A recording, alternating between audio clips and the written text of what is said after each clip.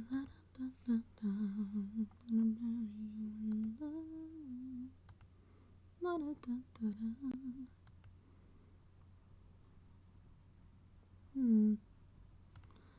not a notification, but I don't see it.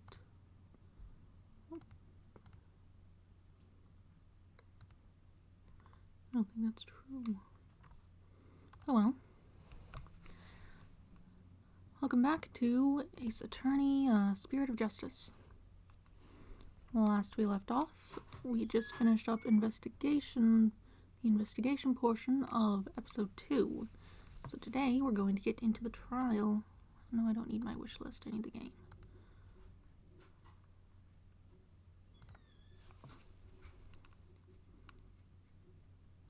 I'll just open it up.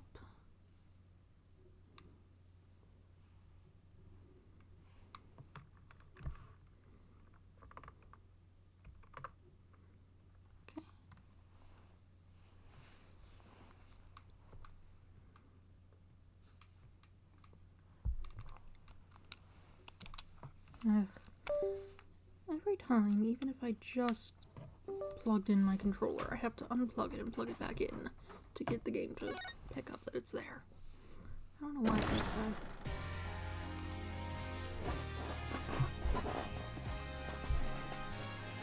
Oh well, let's get back into it.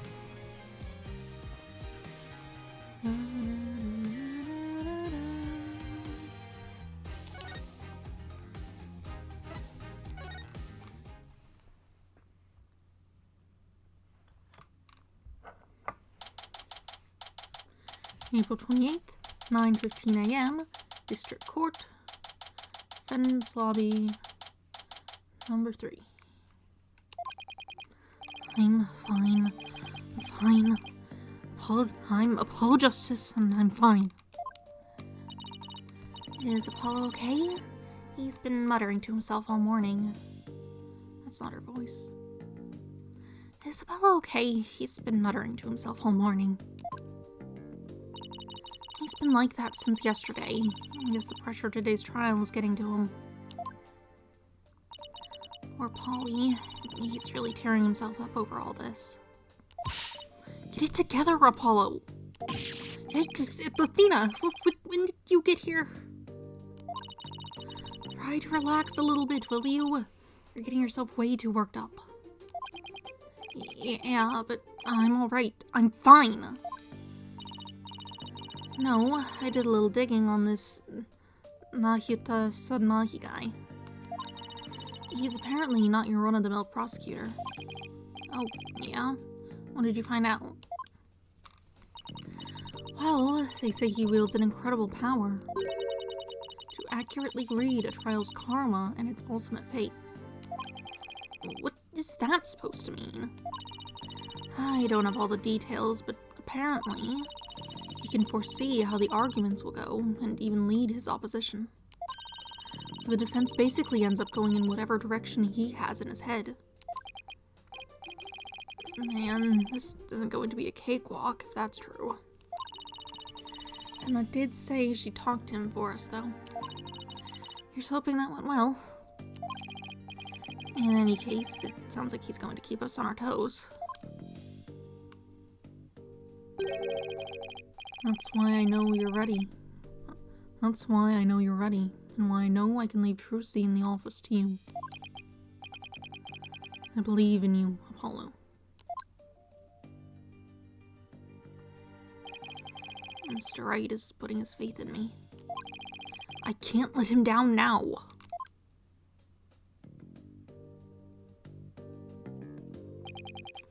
I'm fine. There he goes again. It's almost like he's chanting a prayer. I'm fine. I'm Apollo Justice and I'm fine. If you say so, Apollo. Trial will start momentarily. Is the defense ready? Yes! We're fine! Trucy's fate and the fate of the agency rest on this trial. This is it, Justice. If ever there was time to shine, it's now.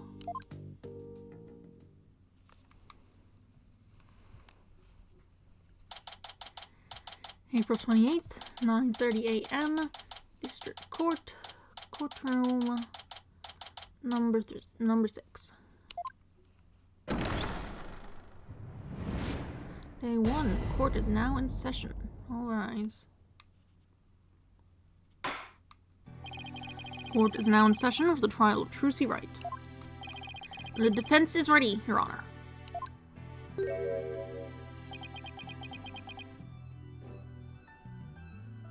You're very, interesting. Pretty. Very pretty.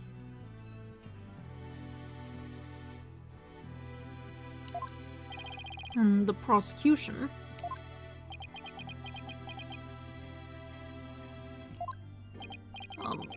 Prosecutor Sadmahi.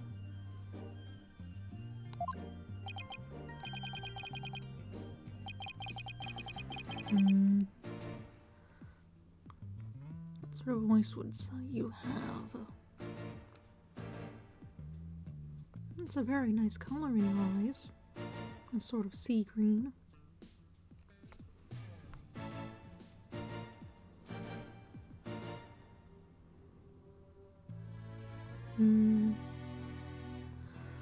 A thousand pardons. It was rude of me to keep you waiting. I was praying for the victim. Oh, praying? Yes, I see. You're a Kodayanist monk, correct, prosecutor? Yes, that is correct. I am but a lowly monk from the kingdom of Kodayan. I beg in advance for the forgiveness and kind patience of everyone here in this court. I am unfamiliar with the proceedings of this country and may make many blunders. He seems like such a gentle-mannered soul, doesn't he? I wonder if Emma had a chance to talk with him about Trucy. Now then, Prosecutor Sadmahi, your opening statement, if you would. Certainly. In the name of the Holy Mother, I vow to guide the victim's soul to a land of eternal peace known as the Twilight Realm. Now, let the last rites of the victim begin. Nahita Sadmahi. He's really been making a name for himself apparently, but that nickname, Last Rites Prosecutor, I wonder how that will come into play today. The incident took place in the middle of a spectacular magic show. The accused performed a magic trick in which he thrust a sword into a coffin. A coffin from which the body of the victim then spilled out, dead from a fatal stabbing. The victim's name was Man of Mystery, otherwise known as the Great Mysterious. His blood was found on the sword that was used during the magic trick. Autopsy report added to the court record. Man of Mystery. His blood is on the murder weapon. Right. So his death was just an unfortunate accident. It is only natural for one to assume as such, Your Honor. However, it was no mere accident, but rather a homicide. Prosecution's position is thus, that this was a murder made to look like an accident. I see, and you believe this crime was committed by the defendant. After a thorough consideration of all possible scenarios, I, unfortunately, had no other choice but to conclude as much. So that's how it's going to be, huh? I guess Emma couldn't convince him after all. Very well, and now let us hear from the defense. Naturally, we maintain that the defendant is innocent, Your Honor. If the defense wouldn't mind, could you please explain your reasoning? My reasoning? Well, I would have to say that my main reason is because I believe in the defendant. I see. You find it difficult to come up with anything more concrete than that, do you? A fine demonstration of the fact that you are indeed a lawyer of putrid mind. Putrid mind? Prosecutor Sadmahi? Excuse me, but I don't...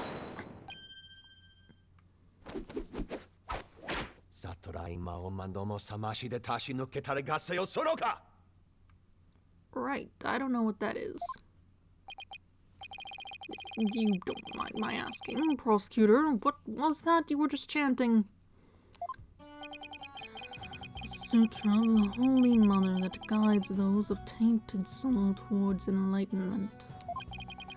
It is a Karayanist incantation to awaken the foolish from their fruitless slumber. Fitting for a lawyer who indulges in such fancy as the innocence of the accused. That's my job. I see. So basically you're asking the defense to get real. Allow me these few words, defense.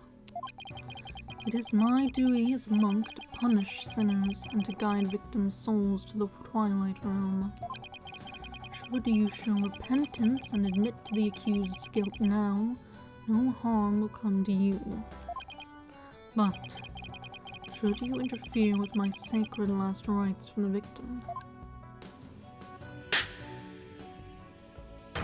then I shall cast you down into the pit of hell along with Trucy Wright.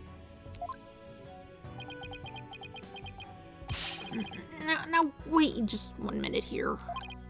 Putrid pit of hell. Is that any way to address someone in a court of law?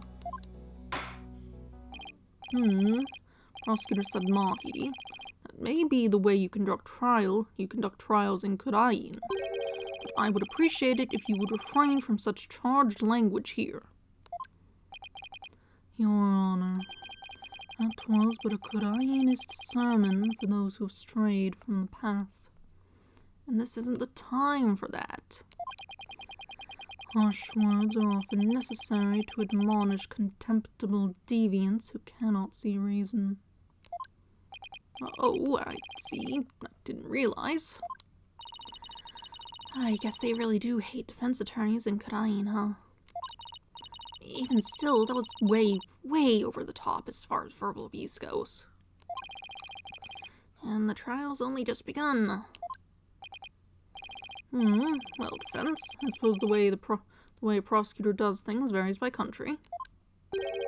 Why don't we look at this as a cross-cultural exchange and try to be open-minded about it? What? Bailiff, please bring in the first witness.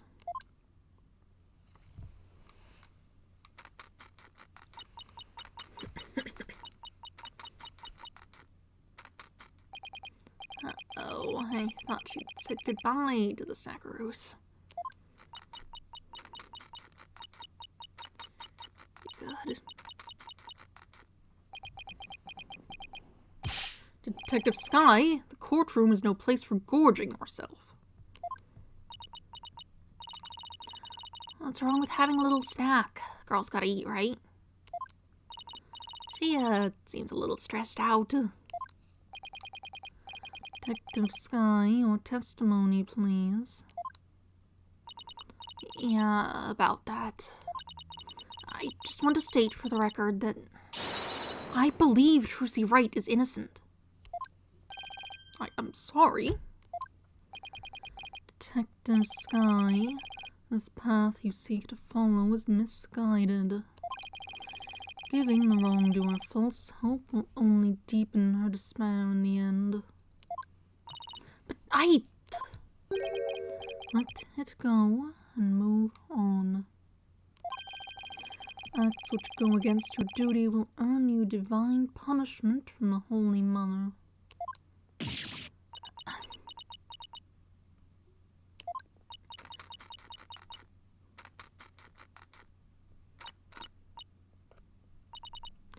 Fine, I don't know about the divine part, but I get the punishment bit loud and clear.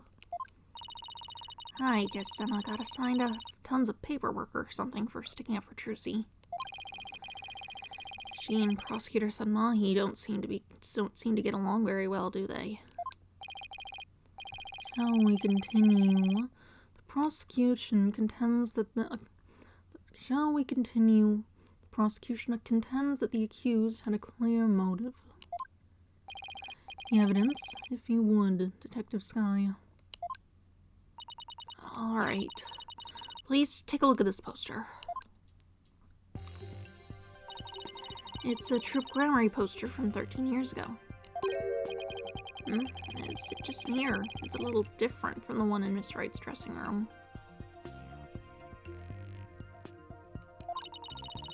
This is a revised version of that poster. This one says cancelled under Mr. Reyes. That's right, Mr. Reyes left the troop after the first version of the poster was printed. Take a look at Mr. Reyes' right forearm, near his elbow. See the big scar there? He apparently got that when he made a mistake while practicing a magic trick. Ouch, that's quite a scar. Because of the accident, Magna Grammary concluded Mr. Reyes was too unskilled. Just before the show was to open, Magna announced Mr. Reyes wouldn't be appearing. Was it his arm that got injured? I don't know. I'm not sure I have that pulled up. More specific.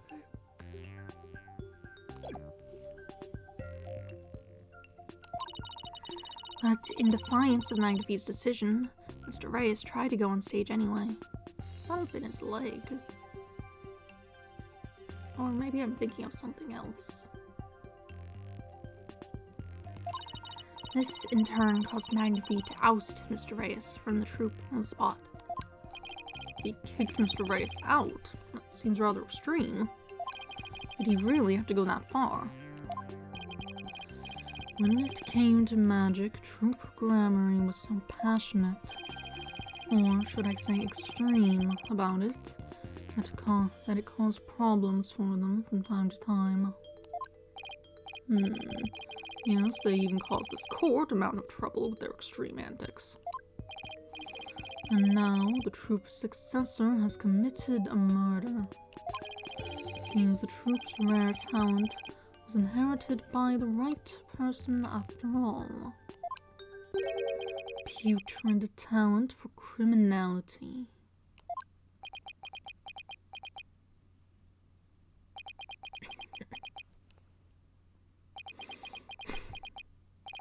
You sound rather extreme yourself, prosecutor.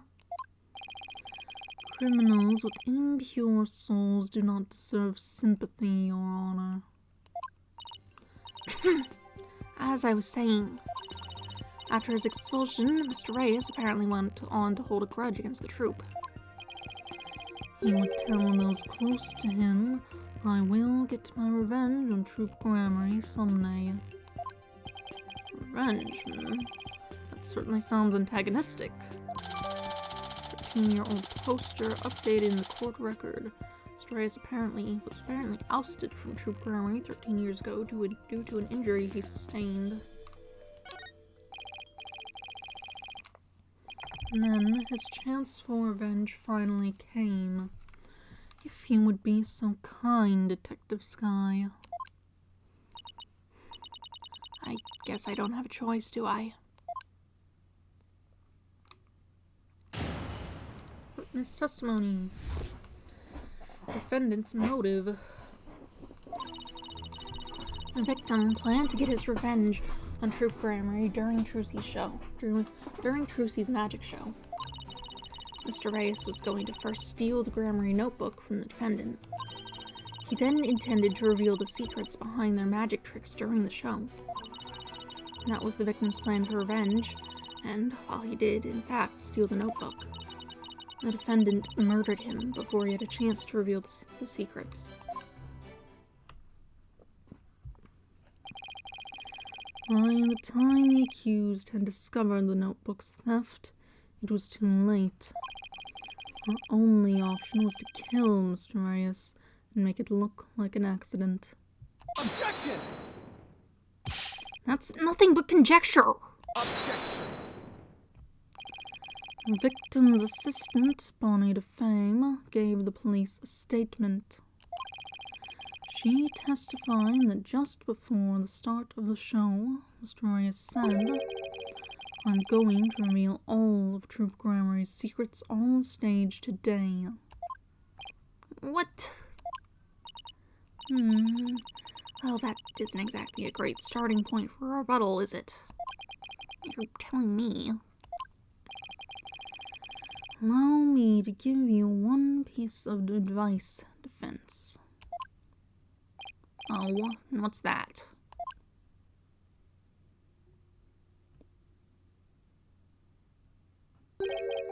Let it go and move on.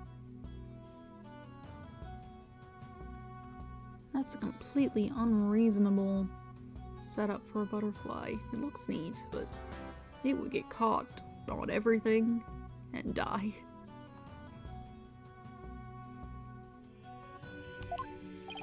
Excuse me. Helping a sinner will only sully your own soul. One possessed of an unclean soul will burn in the flames of hell, and then be ever burdened with that sin in their next life. But I don't believe in that sort of thing. Besides, I have no intention of giving up.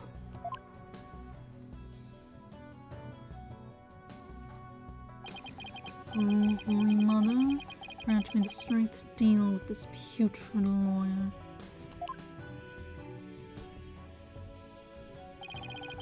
All actions have consequences, and yours will surely earn you the honor of being a mere stink bug at best in your next life. A stink bug? Now then, Mr. Justice, your cross-examination, please.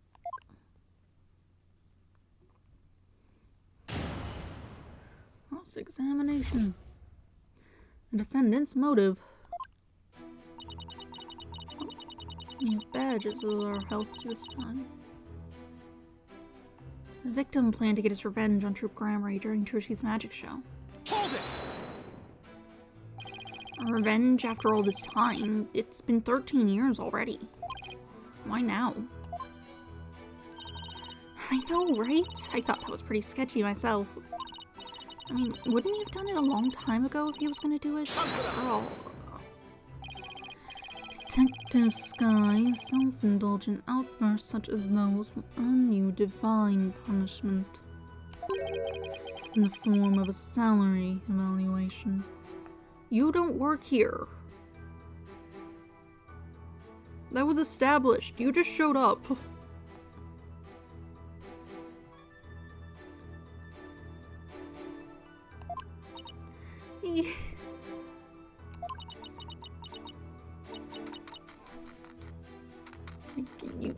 You have no ability to do that. You don't work here. Unless something was not communicated particularly well, it seems like you're just sort of a guest here who's doing things because everyone's very busy, and also fired because they were corrupt. Wait, that's what divine punishment means. Let the detective have her snack. This humble servant of the Holy Mother shall explain. Over a decade ago, Troop Gramarye was at the height of their popularity. But then their reputation declined, and they had all but faded from public memory. Until recently, that is, when Trucy Wright sought to recapture their former glory. The defendant? At such a young age, too. How impressive. Yes, the accused's skill at magic is undeniably impressive. If she hadn't fallen onto the path of sin, she would have had a bright future ahead of her. It's always sad to see such promising young potential go to waste. Now then, Detective Sky, how did Mr. Reyes plan to get his revenge? And please put down the snackaroos before you continue with your testimony. Yes, Your Honor. Mr. Reyes was first going to steal the Grammary notebook from the defendant. Hold it! What evidence do you have that Mr. Reyes actually stole the notebook? Well, you see, whenever you're ready, Detective. But not Detective Sky, you have nothing to repent for. You should be proud of the fine forensic discovery that you made. Forensic discovery? And what did she discover specifically? Detective Sky identified a certain set of fingerprints on the notebook. Upon further inspections, she determined they belonged to Mr. Reyes. What?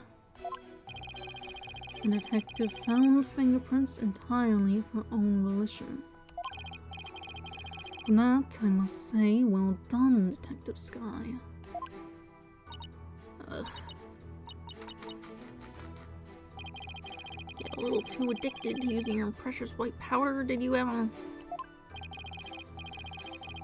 Now, Detective Sky, I would ask you to explain exactly how Mr. Reyes intended to use the notebook to exact his revenge. Alright, well, first he stole the notebook. He then intended to reveal the secrets behind their magic tricks during the show. Hold it! I'm going to reveal all of Troop Grammary's secrets on stage today. That's what Mr. Reyes himself said, right? Right, but he didn't exactly specify which Grammary secrets he was talking about. But the prosecution thinks he was referring to the secrets behind Troop Grammary's magic. Yes, that is the prosecution's assertion. When the accused realized that Mr. Reyes was to reveal her family's most closely guarded secrets, she naturally panicked. So basically, Drewsy's notebook was hiding in Mr. Reyes' things because he had stolen it himself. I see. Truly a motive that only a magician could have. Yes, that's what the prosecution believes, anyway. And that was the victim's plan for revenge. And, well, he did in fact steal the notebook. Hold it! You really believe what you're saying, Detective Sky? Do you really think that Miss Wright killed Mr. Reyes to stop him from getting his revenge? Of course I don't think that. Trucy, we...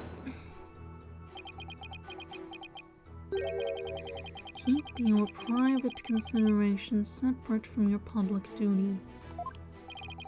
I warned you about this very thing before the trial began, did I not, Detective Sky?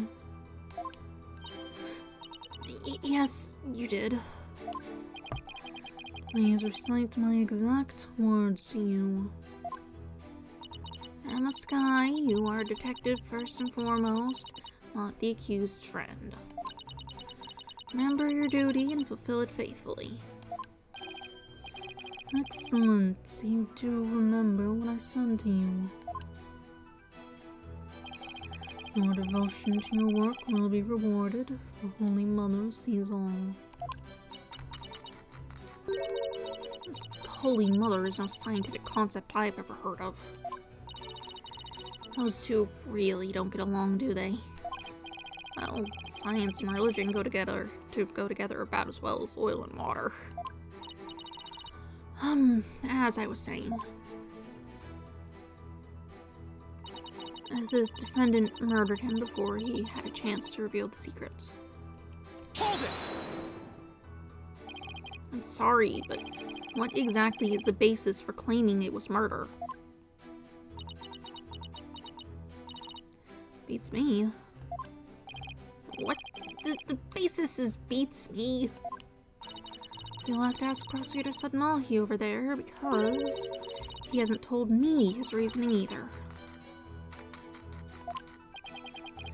Detective Sky, your feeding of information to the defense has not gone unnoticed in my eyes.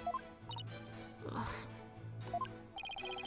Bad karma of acts which go against your duty will impinge upon you in your next life. That doesn't sound like my problem. But even before that, it may impinge upon your job in the form of a transfer. You don't work here. Ah, please don't get me kicked out of the forensics unit. Anything but that. Poor Emma. She's really been risking everything for us. Well, Prosecutor Samahi, what are your grounds for claiming homicide? It was a luminous tape in the understage passage. I realized that it had been moved. Moved so that Mr. Reyes would climb up into the downstage coffin by mistake. What? Mr. Reyes, who was waiting in the understage passageway, was supposed to have used the upstage ladder shown here on the left.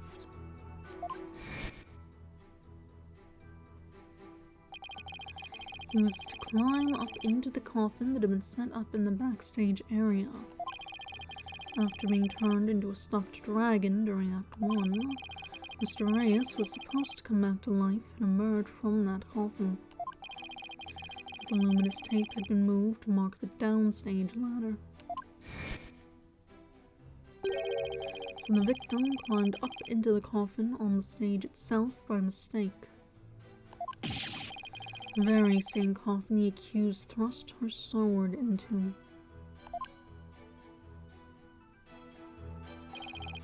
And you have proof that it was my client who moved the tape? But of course, Detective Sky. Hmm? Oh, that's right.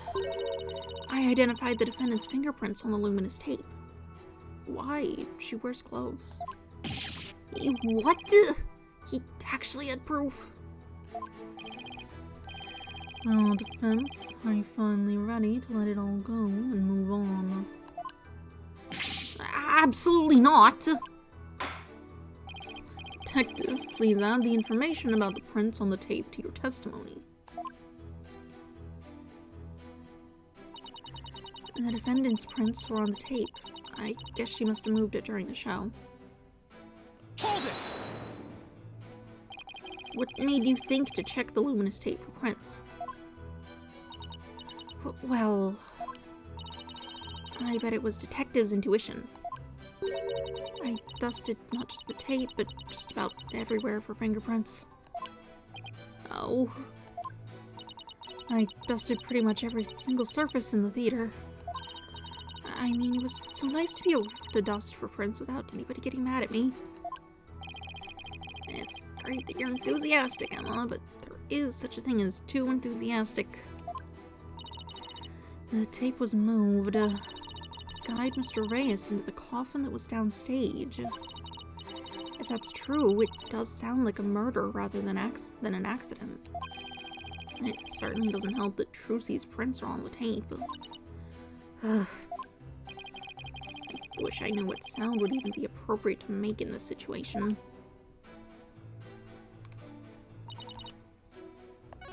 Okay, so probably we need to point out that she was, like, wearing gloves, like, the whole time.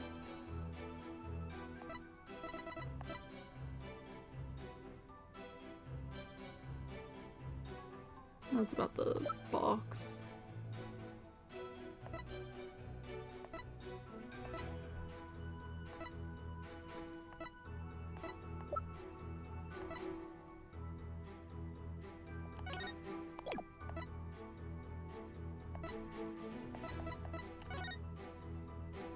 There we go. Trucy wore gloves during the show, so none of her fingerprints were found.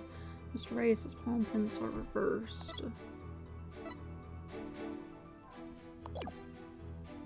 I never did take a closer look at some of these things, see if they can be turned around like that. I can't even look at that.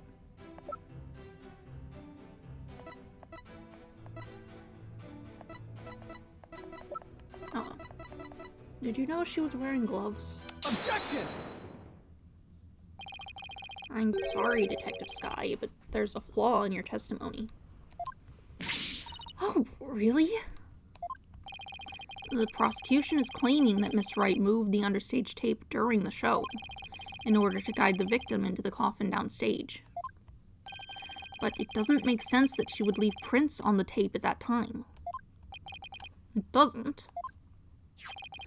Please consider the fingerprinting results of the main coffin, which shows that not one of my client's fingerprints was found on or in it. That's true, we didn't find any of her prints on that coffin.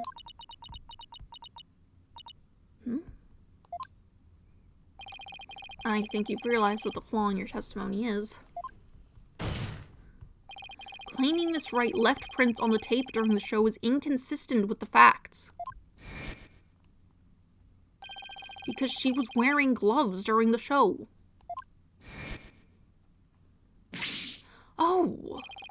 She must have left the prints sometime before the show started.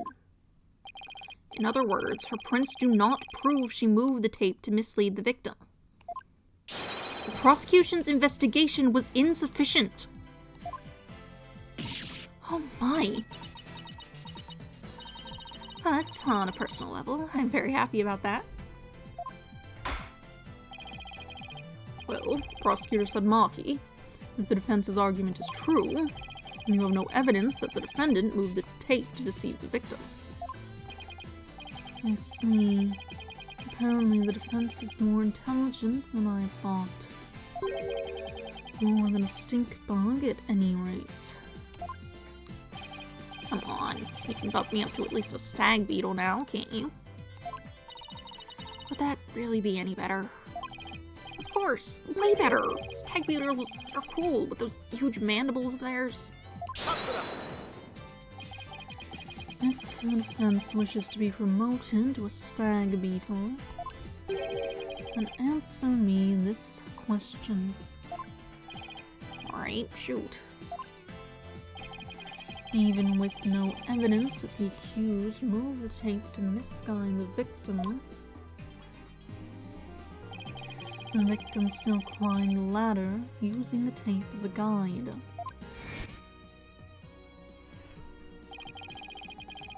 And entered the coffin on the stage. The accused then thrust her sword into said coffin with the victim in it.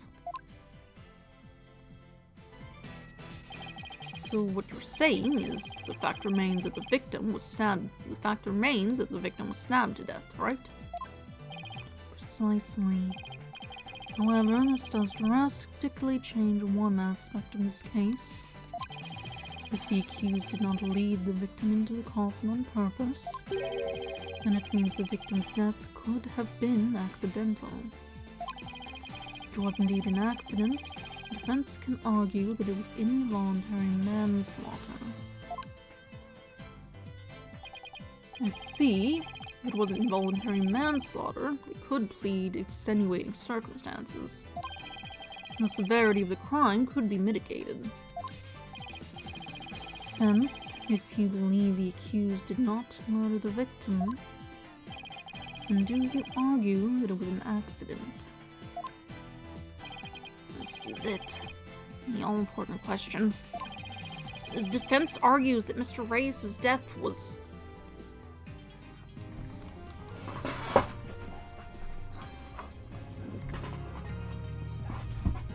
murder. Someone else did it, though.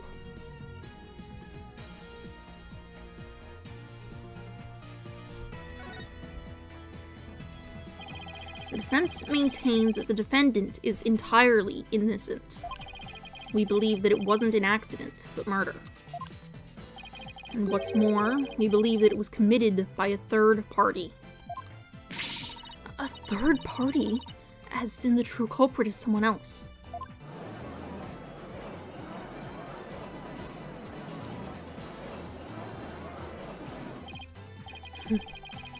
That is quite a brazen claim to make, and one wholly without grounds. Your voice is as loud as your suit, and your mind echoes just as loudly in emptiness.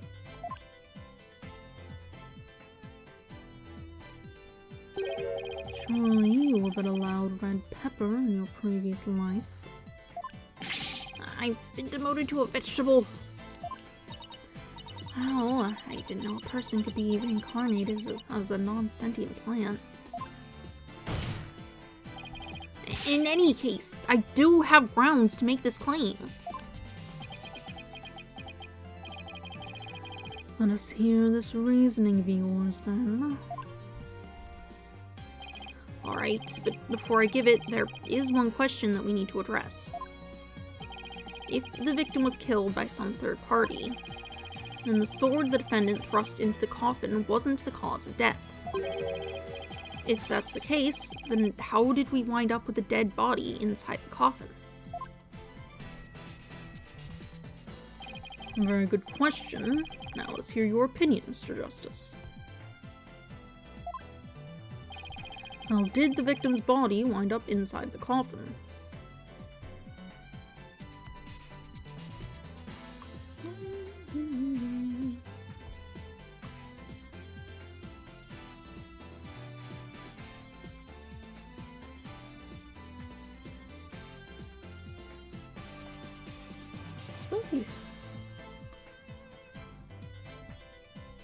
It'd be hard to kill him in the coffin, not to intrusive, but I'm not sure how you'd get his body up the ladder. I guess you could use the lift, but you need multiple people. But I'm not sure how someone else could have killed him in the coffin, so...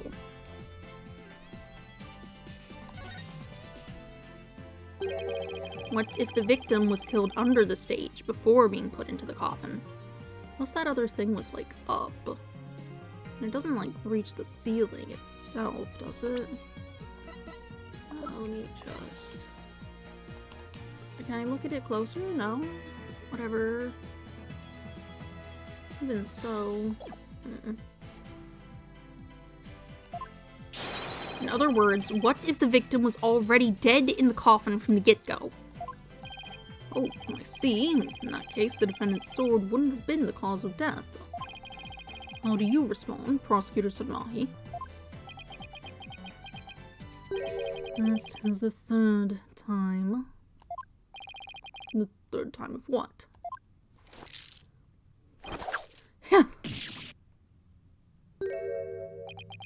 Don't throw beads at me. What the heck is this?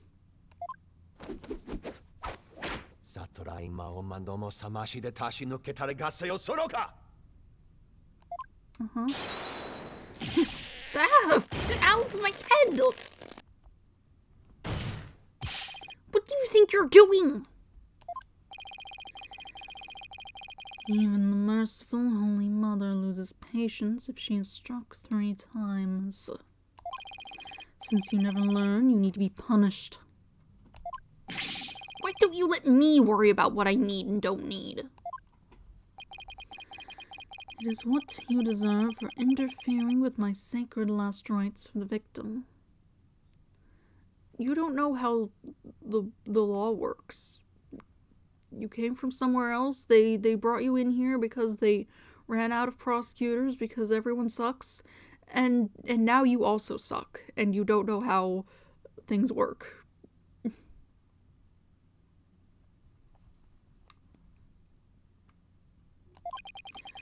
You are a brainless lawyer chasing phantoms. You know nothing. Let this humble servant of the Holy Mother give you an edifying sermon. A sermon now? There is a passage in the sacred scriptures of Koreanism. A cornered frog will swallow even a snake.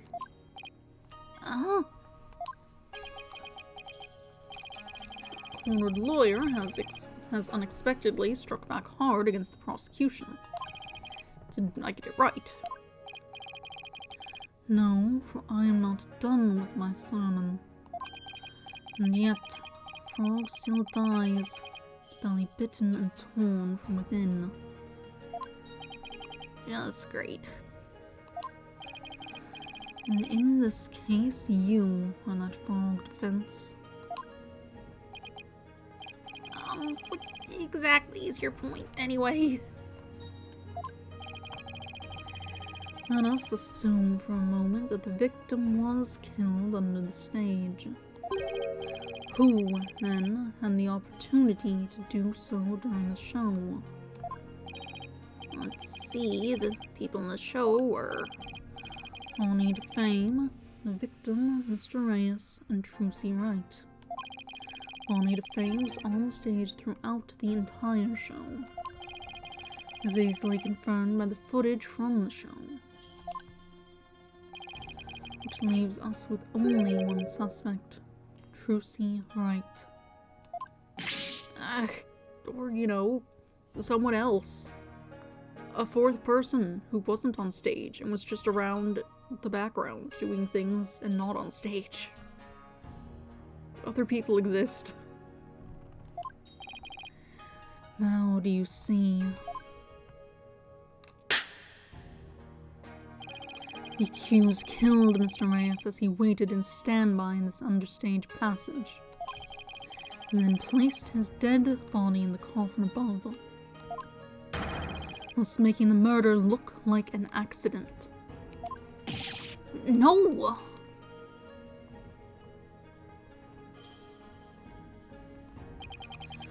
Oh, great and merciful Holy Mother. Thus, another putrid mind has been guided towards enlightenment. Ugh, I can't believe I swallowed his trick question whole. His trick question whole. There.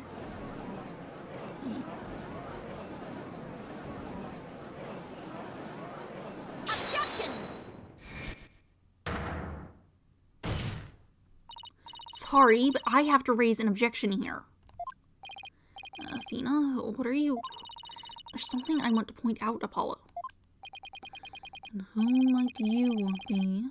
You strike me as a mere child in countenance. I may be young, but I have an attorney's badge just the same. And you will contribute to this discussion in that capacity. I most certainly would.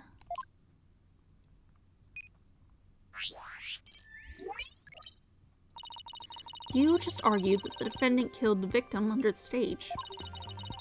But let me remind you that Miss Wright is a girl. Clearly, surely you didn't raise an objection simply to point out such an obvious fact. Your Honor, please send this little child's guardian to come take her home. Hold it! But I'm not done with my sermon. You don't need to talk like Prosecutor Satnahi, you know. Listen, if the victim was killed in the understage passage, then his body would then have to be hauled up to the stage, right? However, Miss Wright is a young girl, and a pretty petite one at that. She couldn't possibly have hefted that large body up and put it in the coffin. That's true. It does seem like it would be a rather difficult task for the defendant. I don't think even I could do it. What do you think of that, prosecutor? Who's the child now? In my religion, the priestesses of Kodainism are revered as pillars of our beliefs. So I naturally have nothing but deep respect for women. I also think highly of the female perspective. Says the man who called this fair maiden a little child. Who was the fair maiden? I agree that your point is worth discussing, defense. How indeed was the dead body raised up into the coffin? By the accused, Trucy Wright, that is. You're committed to pointing the finger at her no matter what, huh? That's his job. Then you explain how that'd even be possible. But of course,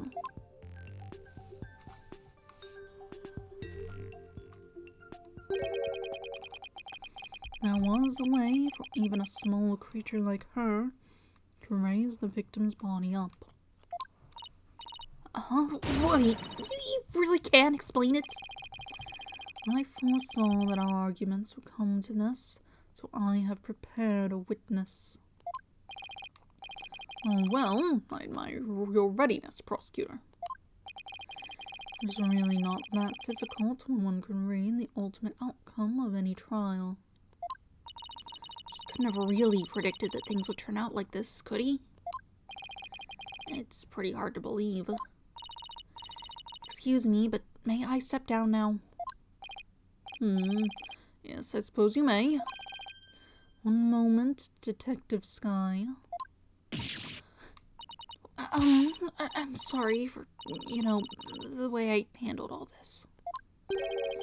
You did a fine job, Detective. Your testimony was invaluable. It was? Yes, you served well as a detective. Did not allow your personal feelings to interfere. You overcame the conflicted emotions you felt and performed your duty admirably. You will be rewarded for your fine work.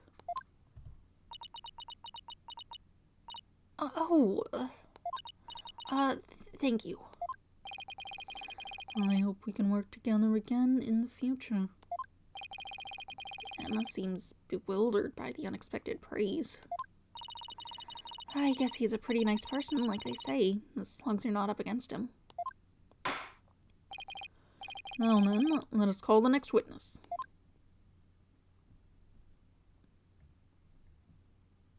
Right.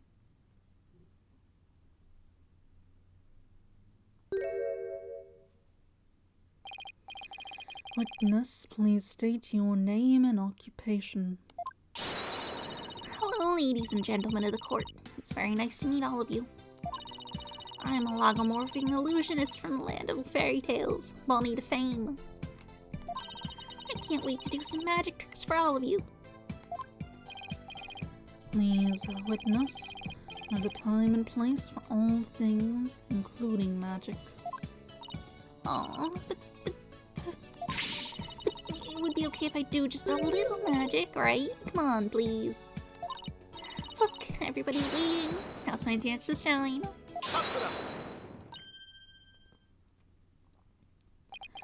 That is your second time. My second time doing what? There will be no further warnings. You should know that from our preparatory meeting, correct?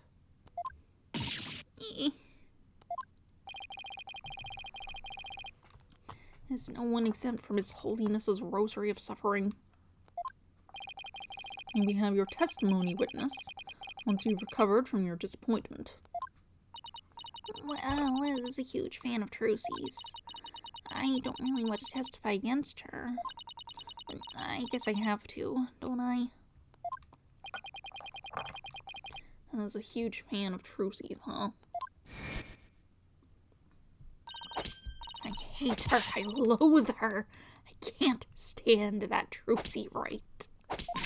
Just because she's a little good at magic, she thinks she's all that. So this is exactly what that sniveling brat deserves.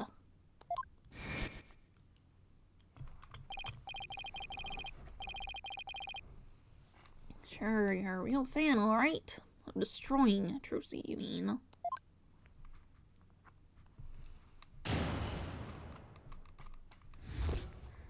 The understage passage. I really can't believe that Trucy killed Mr. Reyes. I guess it's possible for a small girl to lift a dead body up if she used a stage lift. Is it possible? Could Trucy really have... If Trucy did use a stage lift, I think she must have used stage lift number 2. I was on stage for the entire show, by the way. You were on stage the whole time. And you're sure about that? There is no question. The entire audience could testify to that fact. What's more, she's shown clearly in the TV show footage as well. I couldn't possibly have killed Mr. Reyes, not little old me. Therefore, the only person who could have killed the victim on the stage is the accused. Furthermore, by using a stage lift, even a petite young lady could have raised the body up to the stage without difficulty. You've gotta be kidding me. Well, the defense may now cross-examine the witness.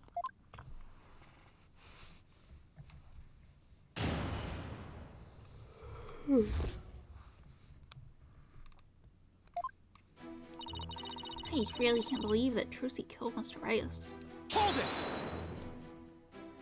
You said you are a huge fan of Trucy's, isn't that right? Oh, yes, I became a magician because I wanted to be just like her. The first time I saw her, she was performing at the Wonder Bar. She was only in junior high back then, but she got up on stage with tons of confidence. And then she proceeded to win my heart with her astonishing tricks and winning smile.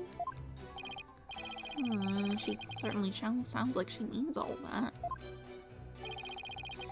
So, finally being able to perform with her must have been quite a treat for you, right?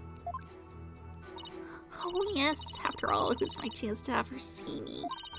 Not just as a fan, but as a fellow magician. Funny.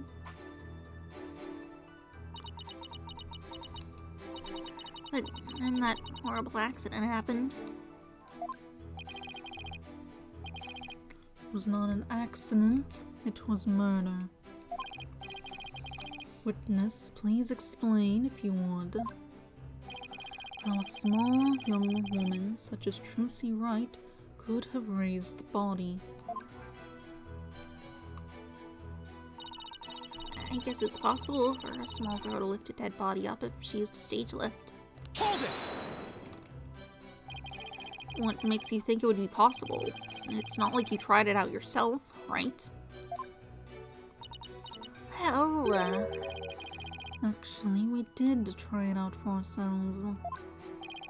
you did. Detective Sky, if you would. Oh.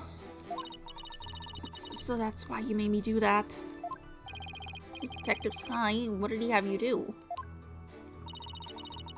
The prosecutor asked me to try raising one of the male police officers with the stage lift, without a single word of explanation as to why he was making me do it. You're kidding. It's as if he really can foresee all of our counter-arguments.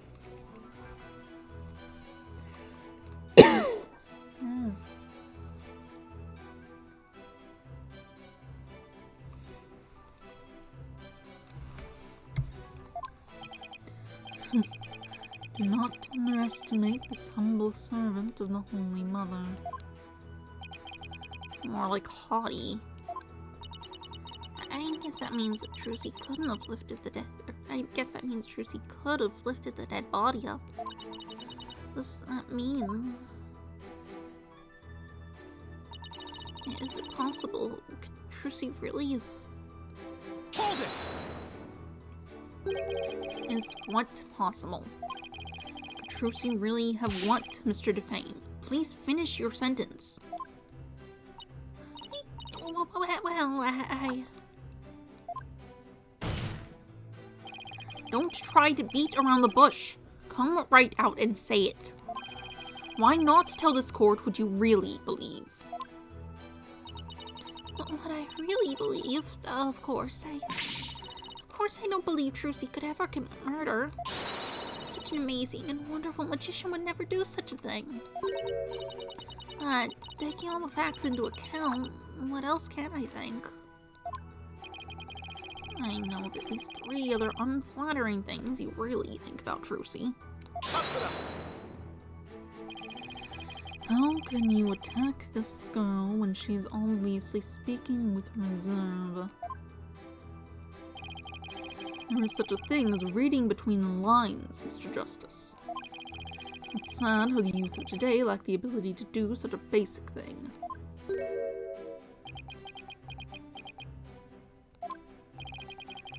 looking at me like that isn't going to help me stick my foot in my mouth less, Your Honor.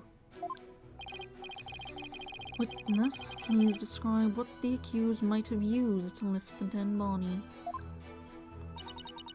Alright. If Trucy, you did use a stage lift, I think she must have used stage lift number 2. Hold it! Stage lift number 2? You mean the stage lift shown here on the left? That's right. With the stage lift, I think even a small girl could easily lift a dead body up to the stage. And so that makes her the murderer, in your opinion? Of course not. I believe in Trucy. Like I said, I'm a huge fan of hers. Oh, brother. How long is she gonna keep this act up? Defense, what position was stage lift number 2 in after the show? Let's see. If I recall, it was in the fully raised position. Ow! And the reason why it was fully raised is because the accused used it to lift the victim's body. Wouldn't you agree?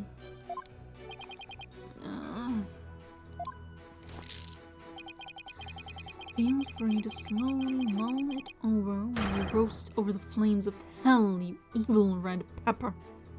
So now I'm also evil. I was on stage for the entire show, by the way. Hold it! You didn't have a single spare moment to slip down to the understage passage? Huh? Don't tell me you suspect me now. I'm just trying to do my job by fully examining your alibi. Depending on how solid it is, I might have to suspect you, yes. You gotta be kidding me! Don't spit on my head and tell me it's raining, lawyer boy. I'm right there in the footage, or are you too much of an idiot to see? Uh-huh. Mr. Fame, are you feeling alright? You seem suddenly different. Oh, what? Oops. Where did that come from, right? Oh my, I seem to have snapped there for a second, didn't I? You didn't just snap, you broke character just now. In any case, I was on stage the whole time performing magic. I mean, you saw me in the footage, right? Dazzling and flawless performance. Flawless? That's odd, considering what you told me. You said that you'd made a mistake with where you positioned Mr. Hat.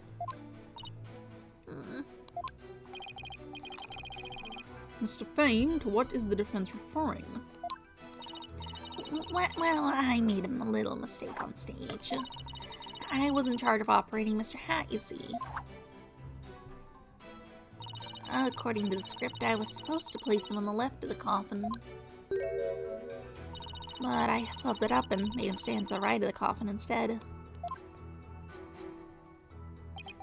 And because of that mistake, Trucy had to move the stage lifts around. I feel really bad about messing Trucy up like that with my goof.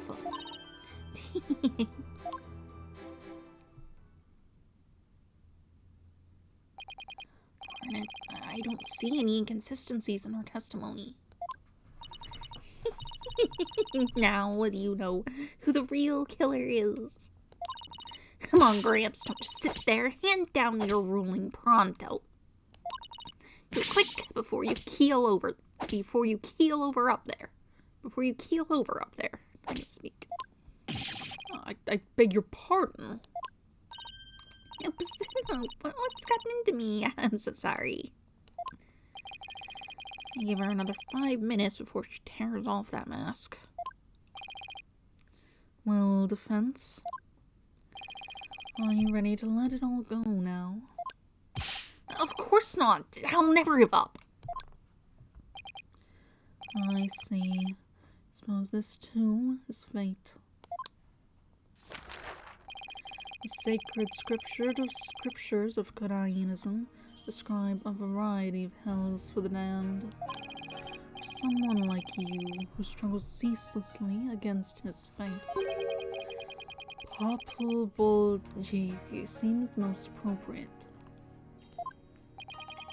People... What? Oh, wait, that's Karai's. What sort of terrible place is Populbolgi? Place where the more one struggles, the further one falls into the abyss. At the bottom of the abyss, a ferocious beast awaits. Think of it as something akin to an antlion's sandpit trap. Oh, there's one of those in my backyard. Terrifying. Wow, Krain's hell is closer at home than I thought. Now then, it would appear that the witness's testimony supports the prosecution's claims. That the defendant is the only one who could have killed the victim on their stage. Ugh, how are we supposed to get out of this jam? Hey, Apollo, if you can't find any contradictions, maybe it's time to use analytical psychology. You mean there's some discord in Bonnie's voice while she was testifying? See, Widget is picking up on the noise in our heart, too. That's right. Athena can hear things others can't with her super sensitive hearing. She can hear the emotions people suppress as a kind of noise or discord in their voices. Alright, Athena, let's give it a try. You got it. Hold it! Your Honor! I'm afraid that our witness, Mr. Fame, is suffering under terrible traumatic stress due to this horrible incident. She is. Yes, with that terrible death on stage, and her beloved Trucy getting arrested, she's under awful strain and shock. In fact, I don't know how much more she can take before she's unfit to testify. What? Oh, I've heard of that. What is it called? Postal stress disorder, right? It's where a person becomes uncontrollably angry, I think. Read about it somewhere. That's going postal, Your Honor. This is PTSD. Oh my. So that's when the witness acts so hostile at times. It's as if she were a different person. That's as if she were a different person. Yes, and I think her condition is clouding her memory of the incident.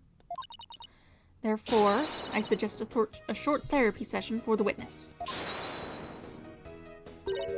Ah, therapy.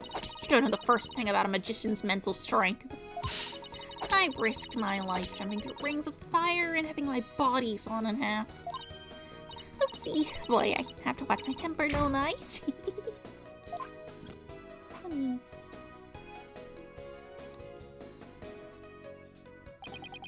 Sykes, please do whatever you can to help this unfortunate young lady. What exactly is this child planning to do, Mr. Justice? With her super sensitive hearing, Miss Sykes can hear a witness's true emotions. Simply from tone and inflection, she can tell exactly what a person is feeling. Can even pick out feelings that a witness is trying to suppress or hide. Widget projects the emotions I hear into the mood matrix, where I can analyze them. Sounds like some sort of spurious devilry. I find it hard to believe. I must ask, how do emotions constitute evidence? Well, I won't say that emotions can be taken as evidence, per se.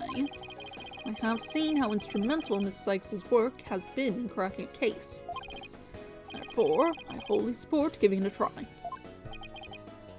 I see. If you are in favor of it, Your Honor, I have no objections. Even this mere monk can see that something disturbs the witness. How disturbing you? What? Thank you for understanding, Prosecutor Samahi.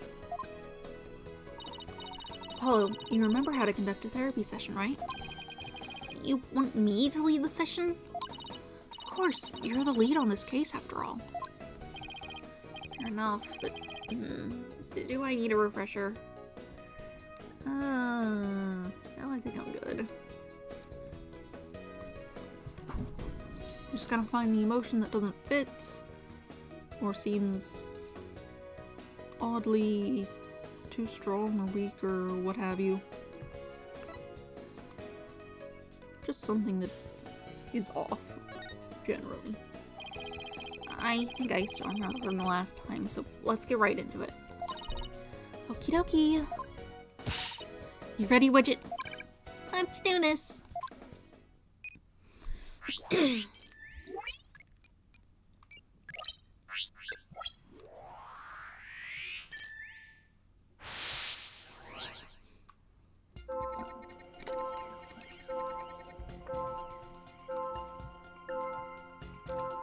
I guess Trucy is the one who killed Mr. Reyes. Even she could move a body without lift. I was on stage at the time. What a terrible mistake.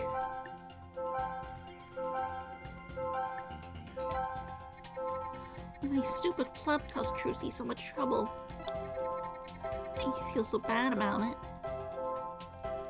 Oh, it's so hard to point out. Got it! I have to say, Mr. Fame, you certainly are a strange one. Even though you said, I feel so bad about it, it seems you were feeling happy about it. Ouch! I think I can guess why you were feeling happy. Must be because you messed her up.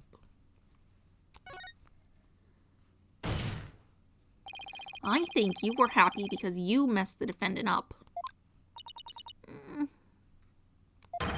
I'm right, aren't I? You gotta be kidding me. Why would I be happy that I messed Trucy up? I'm a big fan of hers. Because we saw you. I hate her. I loathe her. I can't stand that Trucy Wright. Just because she's a little good at magic, she thinks she's all that. So this is exactly what that sniveling brat deserves. We saw how you said you hated Trucy Wright. How you were glad she was in trouble. And even how it was what she deserved. Ouch! Looks like I hit the bunny on the head, so to speak.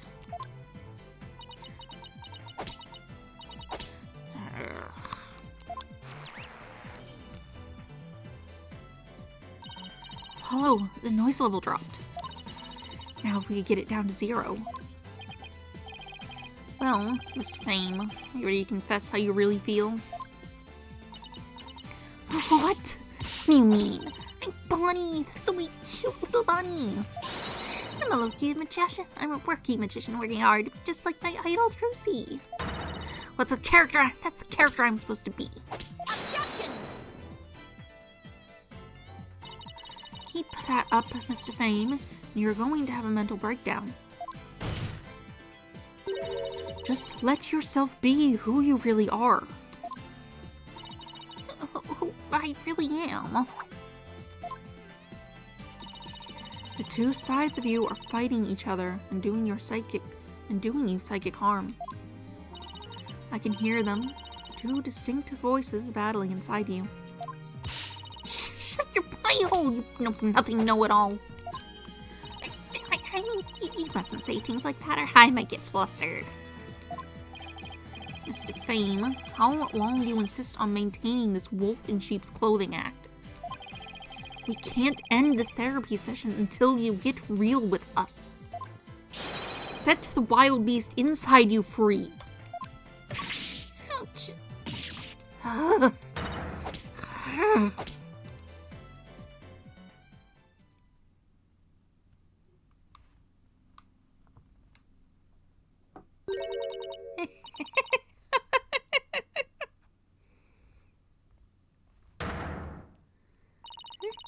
Don't make me laugh. You don't know a dang thing about me.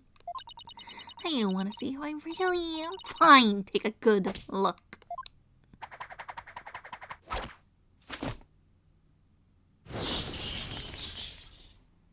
Ooh.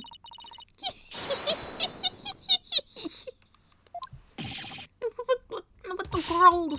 Sheep's clothing. You've got it all wrong. It's a rabbit suit I've got on. I'm not a wolf. I'm a blood-sucking vampire. A bat with fangs and wings.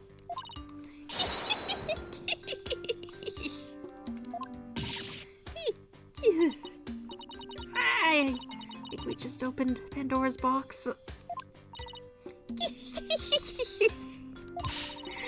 I'm finally done with that goody two-shoes cottontail act. I'm free as a bat.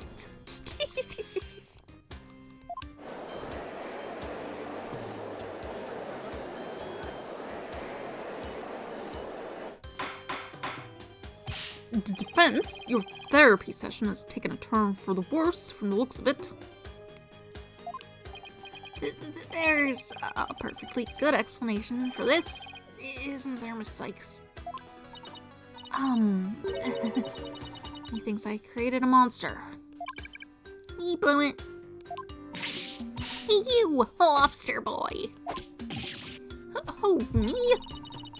You think I'm glad Trucy's in trouble, and you think she's getting her just desserts. Well, guess what? You're right.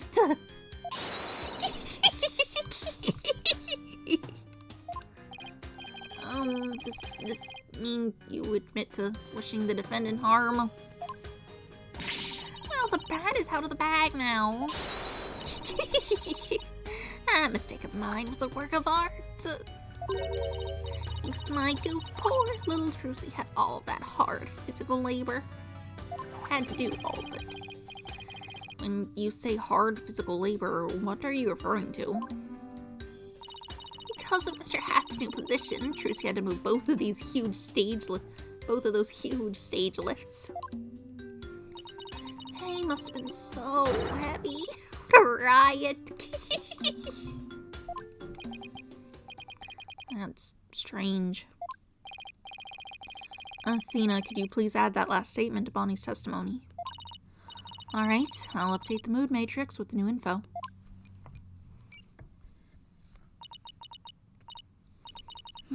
Hey, Apollo, now there's a new inconsistency in the testimony. Yeah, she finally slipped up. So what do I need to do now? Well, from this point onward, you just do what you do best. Find the contradiction in the testimony and present evidence to refute it. Alright, I've got you now, Bonnie to fame. I'm gonna have to refill my cup at some point. Is Trucy the one who killed Mr. Reyes? Body on stage. Oh, there we go. You know what? Serves her right. Thanks to that, she ended up having to move the stage lifts. Right, but she didn't tell anyone she did that. That's this thing, right?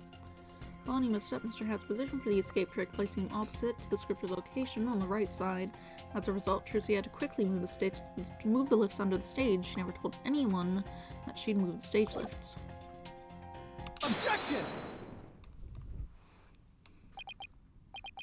That doesn't make sense. What? So you think I'm crazy now? I mean, yeah. No, that's not the point I was trying to make. But I don't hear you denying it. Mr. Fame, allow me to repeat your statement. Thanks to that, she ended up having to move the stage lifts.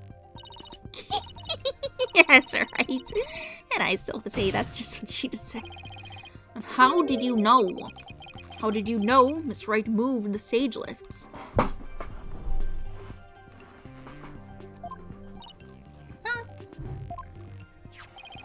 According to her own statement, she didn't tell anyone that she had done so.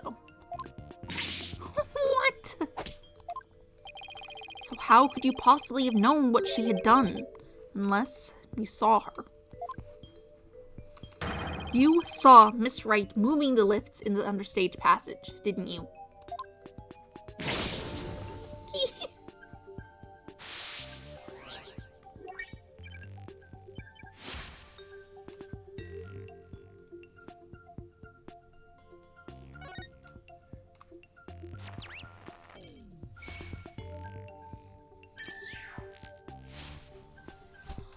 Alright. You did it, Apollo. Noise levels are at 0. But Mr. Justice, wouldn't that mean? Yes, Your Honor. Miss Fame herself was under the stage where the victim was killed. I hardly need to tell the court what that means. You are one artful liar, Mr. Fame, and one spectacular suspect.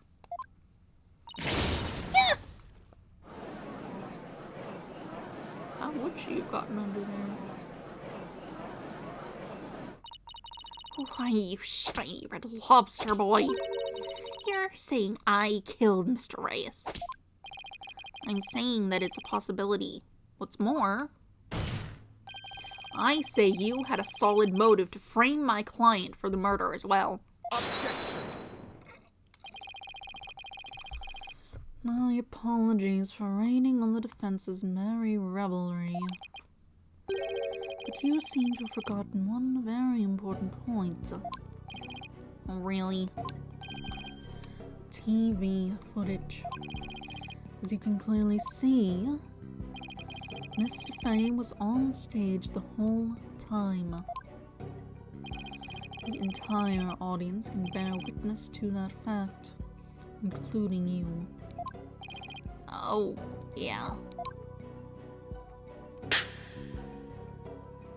You have just taken a long and senseless journey, only to return to the starting line.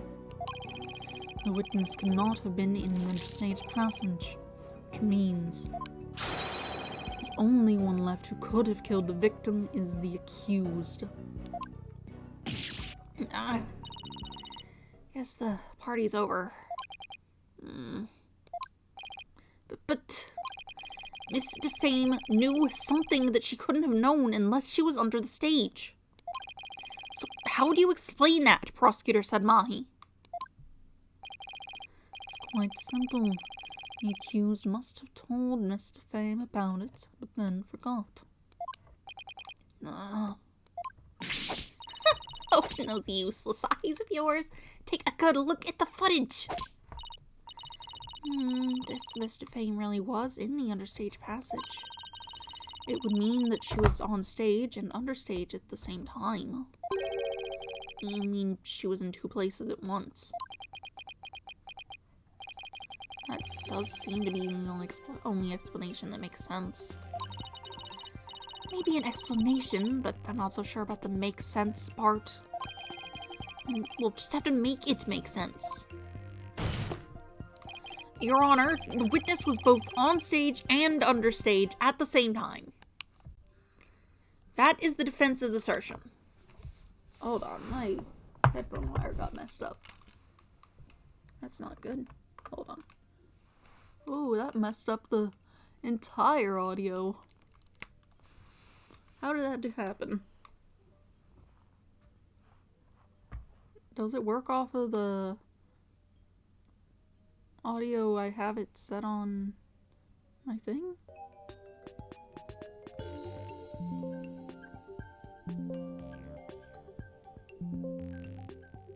No. I don't know what that's about. Whatever, it seems fine now. That is the defense's assertion. I've heard some illogical things come out of you before, but this is absurd. I'm sure you'll change your tune once you hear my reasoning, Your Honor. My gut tells me you're bluffing, but I'll bite. Very well, Mr. Justice. How do you explain how the witness was in 2 places at once? There are unrecognized fingerprints on the top of the thing.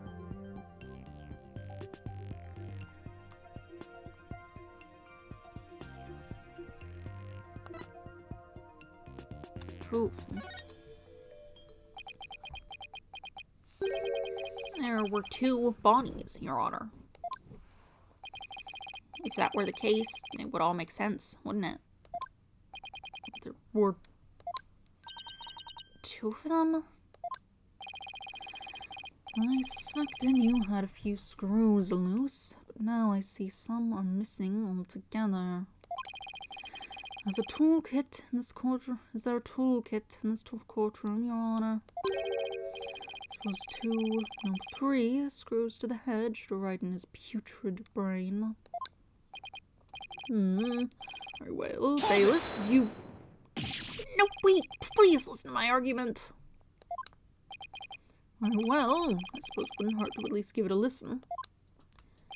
As was argued earlier, Miss Defame is shown in the footage the entire time. Is shown in the footage the whole time. But at the same time, she was also watching Miss Wright in the understage passage. The only possible explanation is that there are 2 Bonnies. That almost sounds like it makes sense. What do you think, Prosecutor Sadmahi? This humble servant of the Holy Mother is of the opinion that we should lose no time in replacing the defense's many lost screws. But, Apollo, it goes against reality itself to say that one person is actually 2. But we don't have to be bound by reality. After all, we're talking about magic here. So, if the Bonnie Defame in the footage is the real Bonnie, and the Bonnie here on the witness stand, and the one who must have been understage, this Bonnie Defame is our second Bonnie. She is. Say we call the one in front of us Bonnie number 2. I believe I have just the piece of evidence to prove that a Miss Bonnie number 2 exists. Oh, then please submit your evidence, Mr. Justice. What proves the existence of a Bonnie number 2? Set of unknown fingerprints. Take that! What's this? During our investigation, we found a set of unknown prints on the coffin on the stage. These prints were most likely left during the course of the show. But they didn't match the prints of any of the people involved in this case. An unknown third party's fingerprints. Was not told of this. Emma must have kept it from him. So the question is, who could these prints possibly belong to?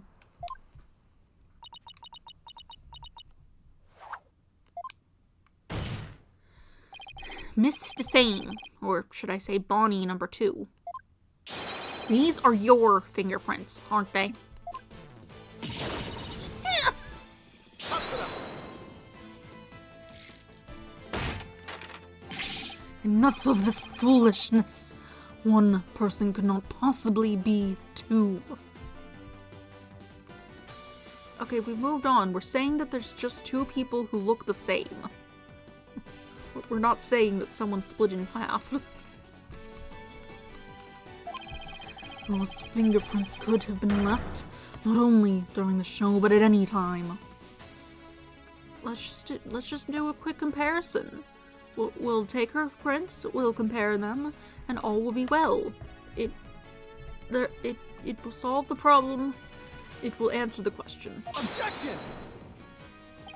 It's not like you to lose your cool like that, Prosecutor Sadmahi.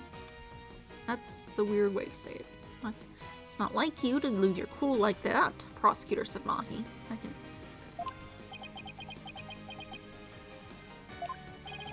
And I'm sure you know that. And I'm sure you know that exactly when the fingerprints were made is not the main issue. What do you mean by that, Mr. Justice? The issue is who do these unknown prints belong to? They're certainly not Bonnie Defame's. But what if they belong to the person standing right in front of us? Oh, Bonnie number 2 is the second Bonnie. Is that what you're implying? It's preposterous to suggest that those prints belong to the witness. I say they must belong to some other unknown individual. Prosecutor said Mahi. Can you really look at her and still say that?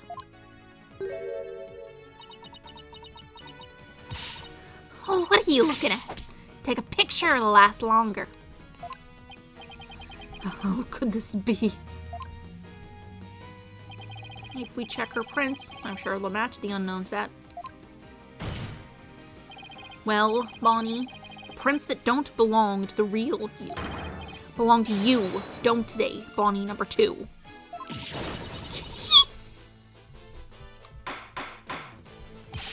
The witness is what the defense has said true.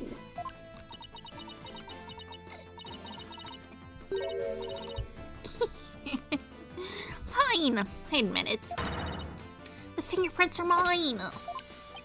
And does that mean you aren't Bonnie to fame?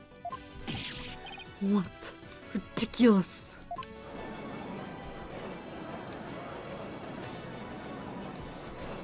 Well,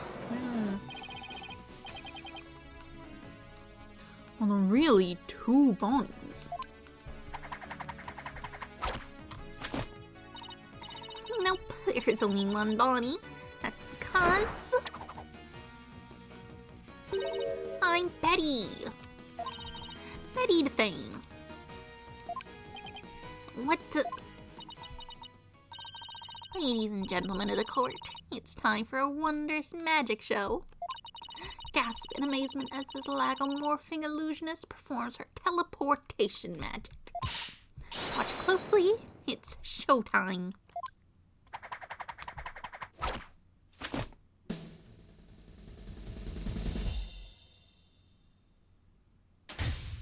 Whoops.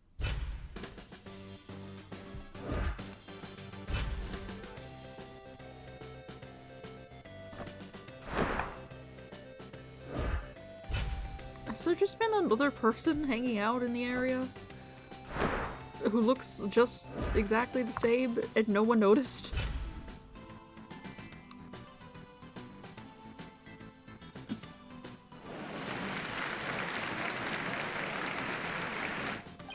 What an amazing trick! The witness has suddenly split into 2 people. It's not a trick, no gimmick to it either. It's simply twins. What? Twins? So that's how the teleportation trick works. Ever since our debut, I've had to hide or pretend I'm Bonnie. All cute and sweet and goody-goody. Can't tell you how stressful it's been. But I don't have to hide anymore. That's right, our days of sneaking around are finally over. Their cover is blown, but they actually seem pretty happy about it. So, which one of you is the nice Bonnie to fame? We met in the dressing room? That would be me. And the sharp-tongued Bonnie we saw with the ratings Raja under stage was... Hey, who do you call sharp-tongued? It's all starting to make sense now. Fingerprinting results updated in the court record. So, Mr. Justice, this changes the facts of the case rather dramatically, doesn't it? It certainly does. During the show, it was Bonnie who was on stage the whole time. So Bonnie couldn't have committed the crime. But Betty, on the other hand, who was understage, did have the opportunity.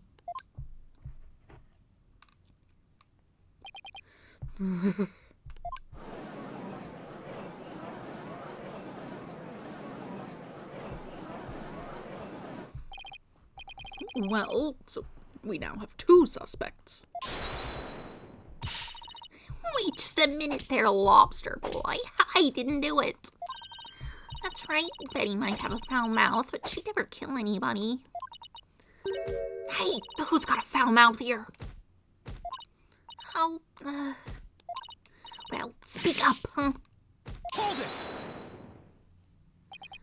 Please save your sibling squabbling for later.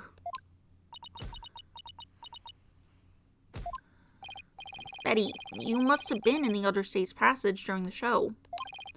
Otherwise, you wouldn't have known about the stage lifts being moved.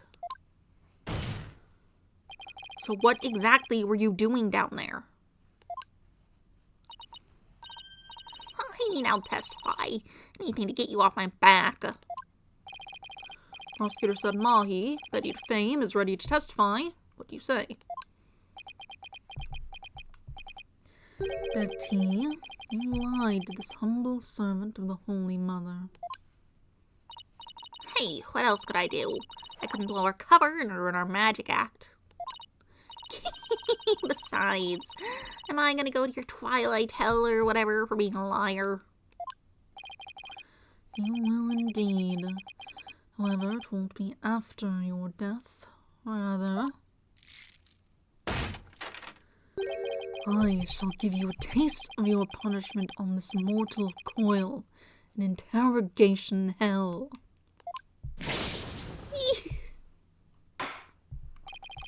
Now then, Betty to Fame, please explain to this court what exactly you were doing under the stage. Witness testimony. What happened under stage? It's true, I had business in the interstage passage because of the upcoming trick. It was the fire truck, right? The fire trick, right? The one Mr. Reyes was supposed to do. That's right, it was a very dangerous trick, so I had to make sure we were prepared for it. It was in the script, and I really wanted to see it, but I couldn't because of the accident. Shut up! You're going to give it away! Anyway, I was real busy. Yeah, way too busy to have the chance to kill Mr. Reyes.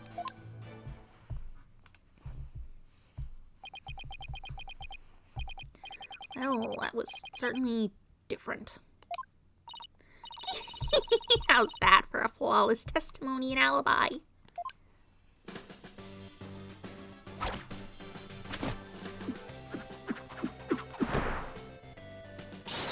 Our magic is real. It's not a trick or a gimmick.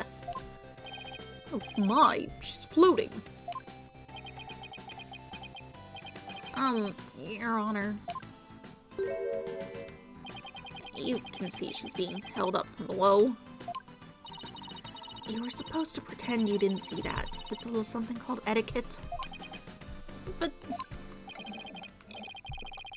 I can't help it. Whenever I see a contradiction or inconsistency, I just have to point it out.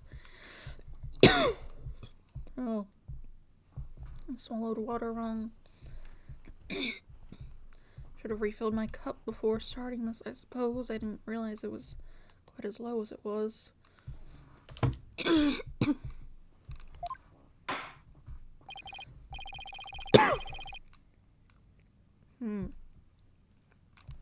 Good. Now then, the defense may begin its cross-examination. Alright. What happened understage? It's true, I had business in the understage passage because of the upcoming trick. Hold it! If you were in the understage passage, which need I remind you was the crime scene, then you most certainly should be counted as a potential suspect. But I don't have any motive to kill Mr. Reyes. But you, by your own admission, hate Miss Wright. When she was arrested as a suspect, you said it was what she deserved. Objection! So you believe that the witness killed the man simply due to her dislike of Trucy Wright?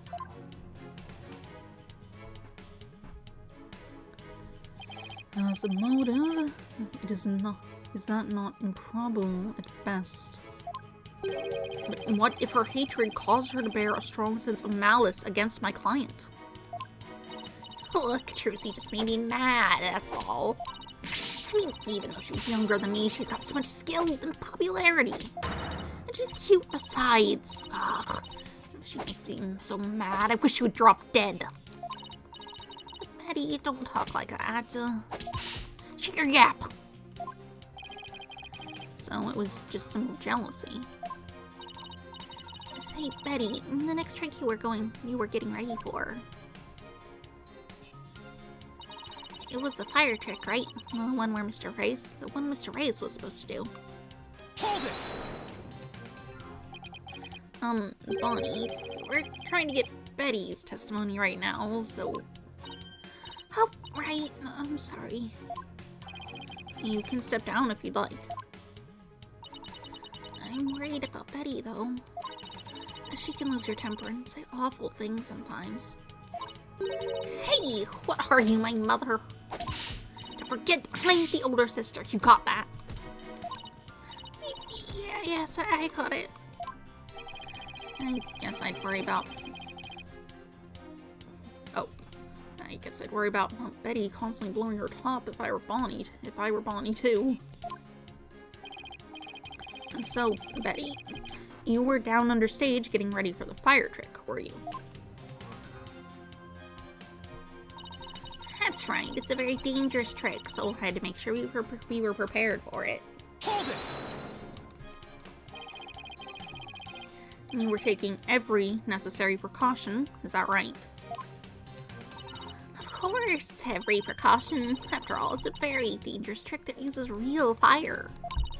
I mean, we had to be ready in case the curtain caught on fire or something, right?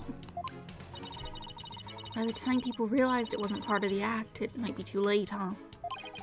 If by people you mean Athena Sykes, then yes. Oh, a fire trick. That sounds really impressive. Your beard would go up in smoke, old man. I bet people mistake you for a cue ball or something without it. The cue ball? Betty, don't be rude to the judge. Betty, you know that fire trick. It was in the script. I really wanted to see it, but I couldn't because of the accident. Hold it! I see the fire trick was part of the script. It seems Mr. Reyes was scheduled to perform it later in the show. Did you not get to see him practice it beforehand? No, during rehearsal he said he didn't feel well, so he couldn't breathe any fire from me. Wait, let me get this straight. He couldn't breathe fire because he wasn't feeling well. My magical powers appear to be on the wane today. That's what he said. So it was just a part of his usual, the great Mr. Reyes shtick. It's really too bad I didn't get to see the trick because of the incident. Which was completely unexpected, of course. Hey! Shut up, you're going to give it away! Anyway, I was really busy. Hold it! So what exactly do you mean by you're gonna give it away? See, Bonnie, with your big mouth! Health Officer Boy wants to know what we're talking about. I'm sorry. Yes, well, if you were preparing for the next magic trick, I'm sure you wouldn't have had time to commit murder. Wow, looks like the old geezer isn't senile just yet, huh? I bet you'll live a good, long life. Oh, I plan to be sitting up here at least another 10 years. 10 more years? I don't know about that. What did we discuss about inner monologues, Athena? Nope, more power to you, I guess. In any case, I was so busy I didn't have the time to off anybody. Yeah, way too busy to have the chance to kill Mr. Reyes. Hold it! Are you just trying to cover for Betty? No, of course not. I believe in my sister. I know she'd never murder anyone. But you think my client would? No, I believe in Trucy, too. I know she'd never murder anyone either. Well, we just ran out of suspects in that case. Yes, but... See, you should have just kept your mouth shut, dummy. You're just making a fool of yourself. Just be nice and quiet like a good little bunny, got it? Alright, I guess I'm no help. Oh boy. It's impossible to get anything out of Bonnie with Betty right there. So Betty was too busy getting ready for the next trick to have time for murder, huh? There must be some way to prove that wasn't the case.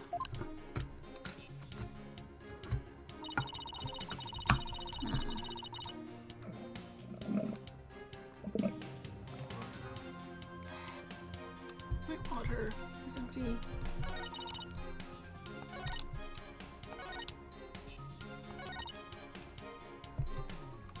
And then, like, you didn't prepare for it. Look at this bucket, it's full of dust. Objection! I hate to break this to you, Betty, but there's a big flaw in your testimony. As big as the one in that floating trick you did earlier. Oh, harsh words. Well, let me tell you something, forehead boy. No one has ever figured out how we do our teleportation trick.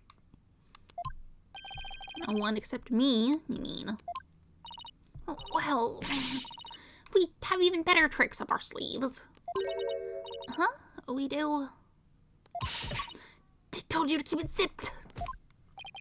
Now, don't fight, you two. Mr. Justice, what's this about a flaw in the testimony? The script has this to say about the fire trick. This will be dangerous. Make sure the fire bucket is ready.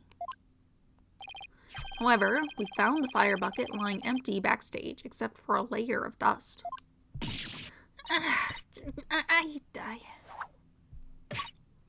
Ouch. You didn't even attempt to get ready for the next trick, did you, Betty? You got me.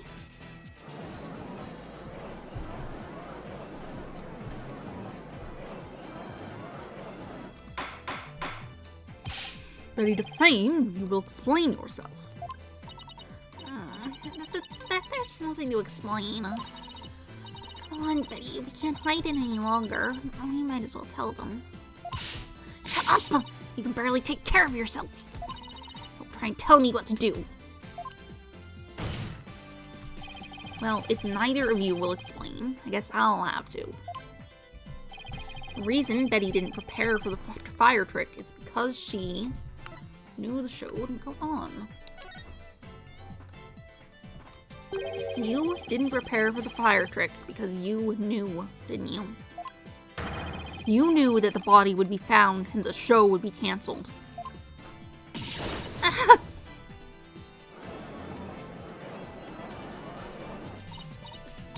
Don't be ridiculous, you insignificant speck of a man.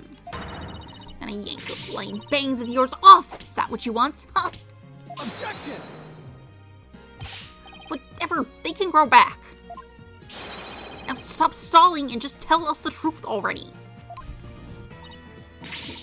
I can't reveal my secrets. I'm a magician. Objection! You have been chasing the shadow of an illusory culprit defense. And having chanced upon a convenient target, you let yourself get carried away. Exactly. Where's your proof, huh? And yet, I can see that the witness's taste for false words has also been proven. I advise you confine your deceitful trickery to your magic act, witness. Ugh, deceitful trickery. Objection! As your court-appointed therapist, I'd like to add something here, Betty. You finally let yourself be who you really are. But if you continue to hide behind lies, you'll just be imprisoning your heart all over again. And all these questions mean you're trying to put me in a prison for real. So I'll be behind bars either way. Does that mean you're admitting your guilt? Of course not. Can't believe you people, every one of you thinks I did something I didn't do. You, lobster boy, cue ball geezer, headcase brat, Cerberus monk.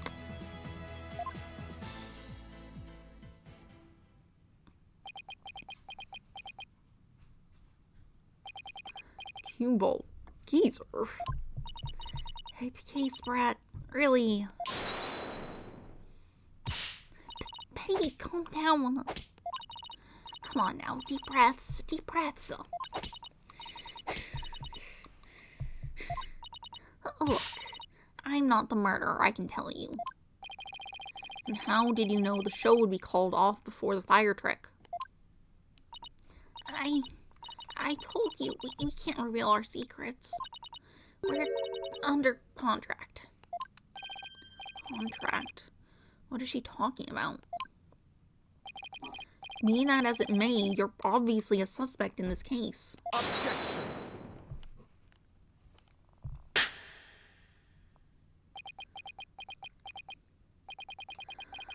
I'm beginning to see the comic threads that make up the intricate tapestry that is this case. Uh-huh. Allow me to summarize your assertion's defense. First, that the victim was killed in the understated passage. Second, that the witness and the accused are the only two who could have done it. Exactly. What's more, Betty knew that the body would be found, and that the magic show would then be called off. Therefore, it's reasonable to conclude that Betty killed the victim understage. But what if Betty knew the show would be called off for some other reason? Like what? In the course of my investigation, I found it strange that the dragon set piece fell when it did. That, in conjunction with the body tumbling from the coffin in such a dramatic fashion, all seemed too perfect for mere happenstance, right?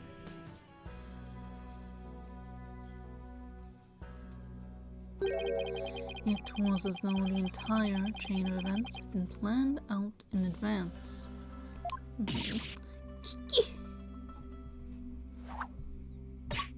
Ouch! Planned out. After deciding to take this case, I scrupulously studied everything I could about the mass media in this country.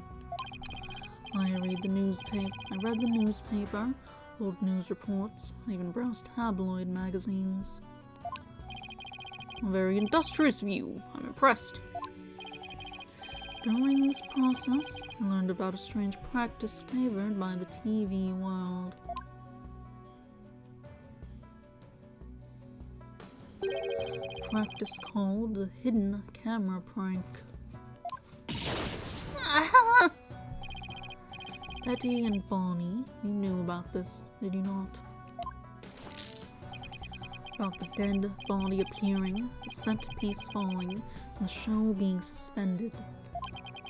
You two were informed of this plan by Take-Two TV in advance, correct?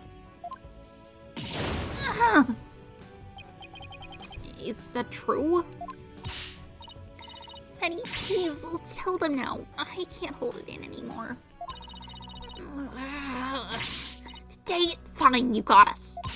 Everything else the prosecutor said is true. The TV station paid us to cooperate with them on this plan.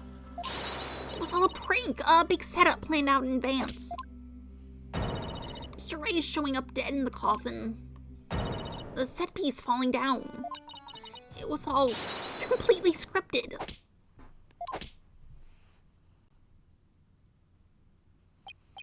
It was all a prank? Does that mean he wasn't dead when he fell out? Bonnie, is this really true? He just looked dead, it got covered up, then someone stabbed him after. Yes, Mr. Reyes was supposed to pretend to be dead. That's how it was supposed to go.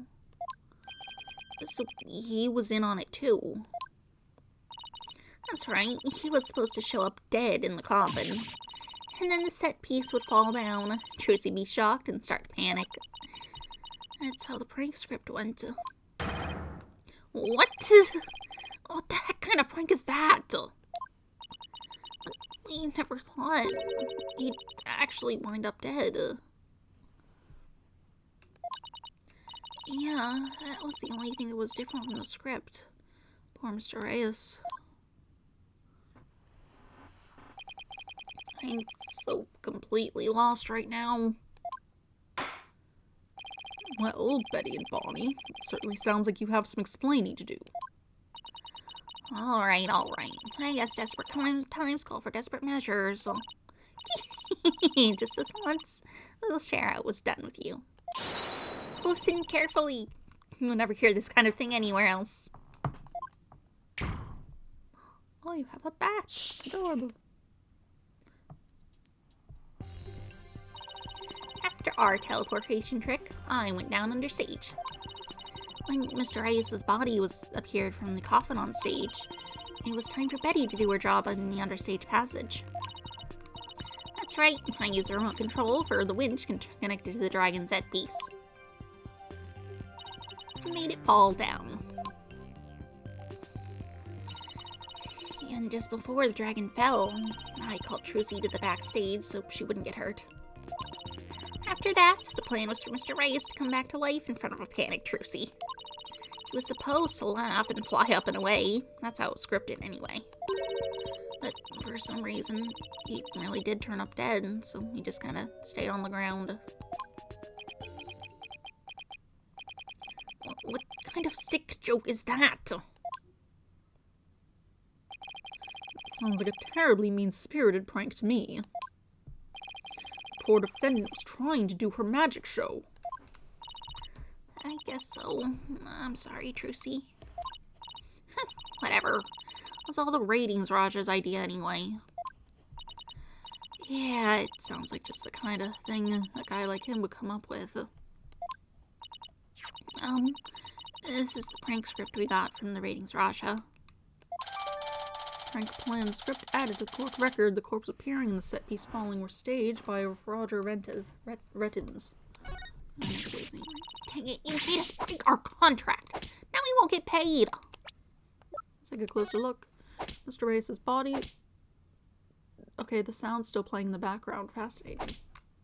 Okay. Mr. Reyes' body will appear in the supposedly empty coffin, which should cause a big ruckus. After capturing a bit of Trucy's reaction on film, Mr. Reyes will come back to life, laughing and flying up into the air, causing another round of surprise. Sure. Shock as a result of being stabbed to the back with a sharp blade. Approximately 10:30 a.m.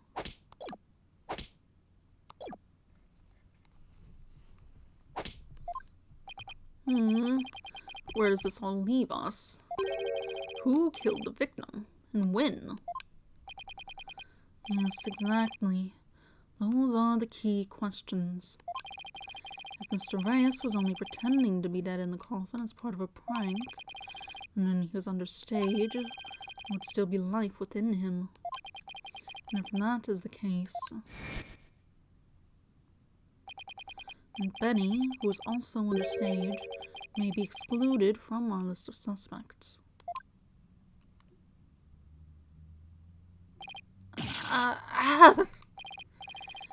Witness was the victim alive and well up until he entered the coffin. Oh, well, now that we've spilled the beans, we might as well show you this video. Greetings, viewers. It is I, the great Mr. Reyes. We are currently in the middle of Trucy's escape trick. Having snuck through the understage passage undetected, I am now hiding backstage, preparing to play a little prank on Trucy. I'm about to hide in the coffin, which Trucy will stab with a rubber sword. And when the coffin opens, oh, I will be in it, acting as though I've met my maker. Can you imagine the look on Trucy's face then? Oh, I can hardly wait.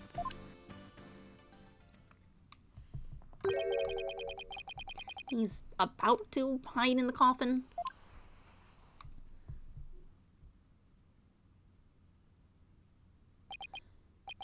It would seem the threads of karmic destiny have led us to the truth.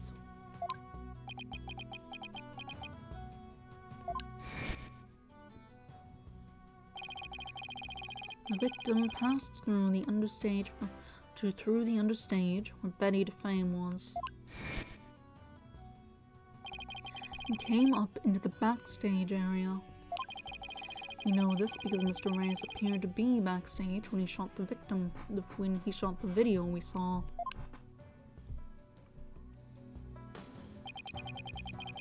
It appears that way, yes. In defense, you proposed the following, did you not? What if the victim was killed under the stage before being put into the coffin? Then, what about this video? This footage was taken just before Mr. Reyes entered the coffin. Oh, so does that mean...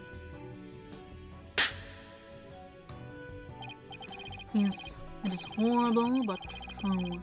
The tragedy did indeed play out right there on the stage. Did he climb back down the stairs and up the other stairs, or was he supposed to climb in through the back?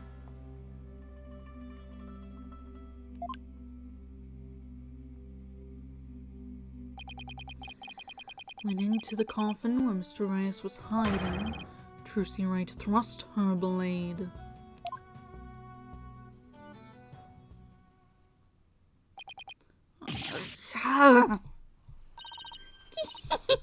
See, I told you. So are you saying the incident was a tragic accident that happened during a prank? It would be an accident if the accused had no knowledge of the prank beforehand. So let us ask the accused herself. Miss Wright, did you have prior knowledge of the prank? What? I... Tell him, Trucy, you didn't know anything about it, right? Of course I didn't. I didn't know a single thing about it. Objection. Still think you can play innocent, do you?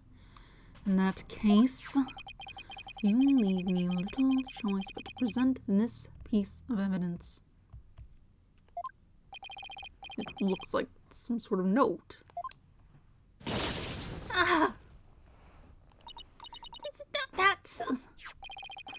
I found this note in the dressing room after the incident.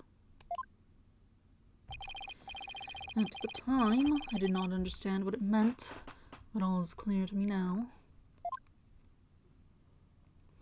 Bonnie, get the video camera after Mr. Reyes comes tumbling out. Trucy Wright. What are these lines? Why would you type it and then sign it with your name for something like this? Incomprehensible. What's this? See, it says get the video. The dog is barking. Why is he barking? Is that something I need to deal with? Let's see, it says get the video camera after Mr. Reyes comes tumbling out. It is a note signed by the accused, instructing Bonnie to collect Mr. Reyes' video camera from him, it seems.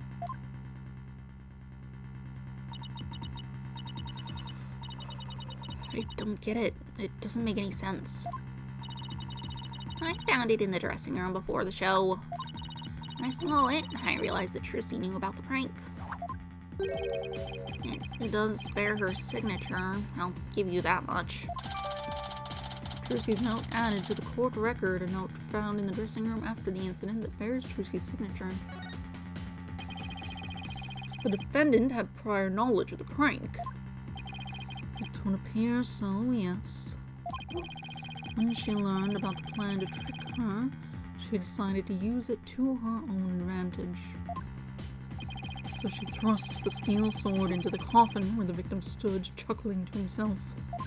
Is that not what happened, Miss Wright? Of course not! I didn't write or sign that note. But the handwriting matches yours. All of the evidence and testimony points to you being the culprit. But I didn't do it. It wasn't me. He's barking so much. And explain the existence of this note. You can do that, can you not? I can't explain it. I didn't write it, so I don't understand. I didn't kill Mr. Reyes. You have to believe me.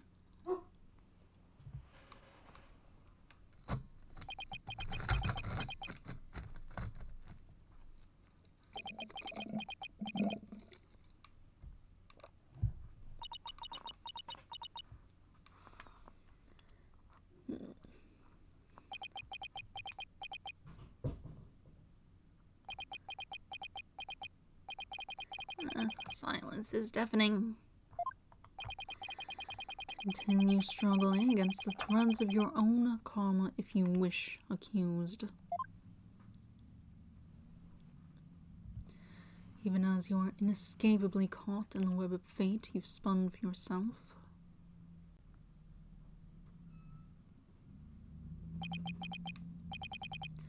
Miss Wright. It is time to resign yourself to your fate. No, I didn't do it. I knew it. That sweet-looking girl, murderer. She took all of us in with that act of hers. Told you, I knew she was a homicidal little witch from the start. I didn't do it. I really didn't. Why doesn't anyone believe me? Shut up, you killer! You won't fall for that anymore. This is bad.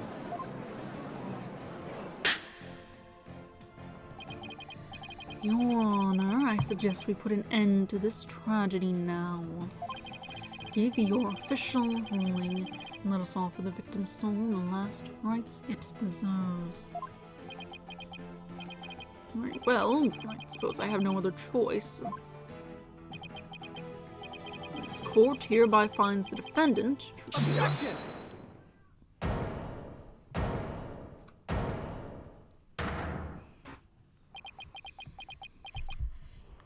The defense has an objection.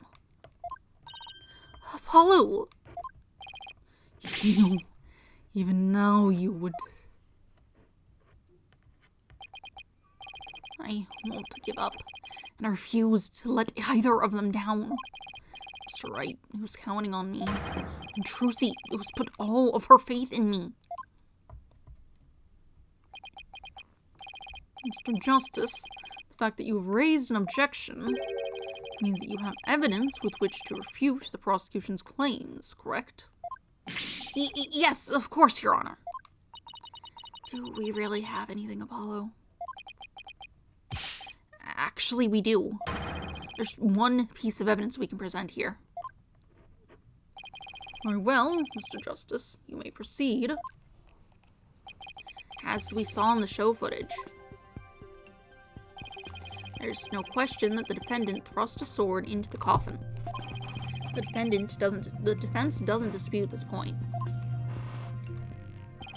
But let us not forget that this was a magic show filled with tricks and illusions. We can't take everything we see at face value.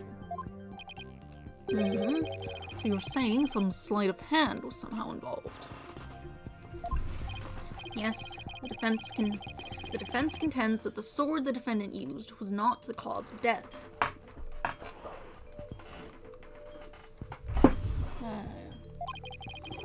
Now what was it Trucy told me she did just before she thrust the sword into the coffin? Very well, let us see your evidence then, Mr. Justice. But remember, you interrupted my verdict to make this claim. You will be severely penalized if I find you are bluffing. That's fine, Your Honor. This shows that it's possible that the sword Mrs. Wright used was not the cause of death. Rubber sword. Take that! What's this? A sword from the show? That's right, Your Honor. This rubber sword was in the sword stand under stage. During the trick, Miss Wright was supposed to swap the real sword for a rubber sword. And she told us on record that she remembers very clearly that she did. I see. So the sword the defendant thrust into the coffin was a rubber sword, was it? But then why was a steel sword found lying on the stage? Somebody must have put the steel sword there by swapping it with the rubber one. Just after the incident occurred, the dragon set piece fell and the theater was evacuated. The real culprit must have used the resulting chaos to swap the rubber sword for the steel one. Objection.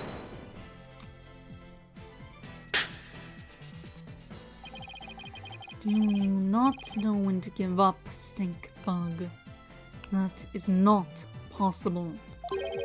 Blood was found in the coffin hole that the sword was thrust into. It must have been left there when the accused withdrew the sword. This is incontrovertible proof that the sword she used was the steel one. Objection.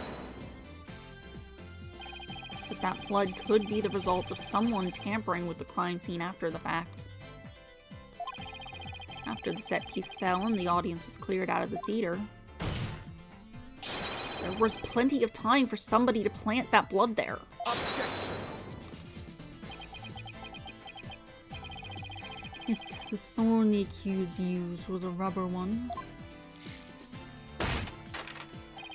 then when exactly do you propose the victim was killed, given that Mr. Reyes was alive when he entered that coffin? Objection.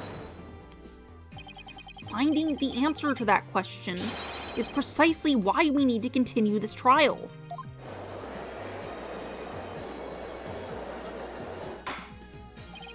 Let me express my opinion. By all accounts, it is certainly reasonable to suspect the defendant based on the evidence. But as to the question of whether the sword the defendant used was rubber or steel, I believe further discussion is warranted. I suggest we hear from the defendant herself on this issue. Very well, Your Honor. Yes, I saved it somehow.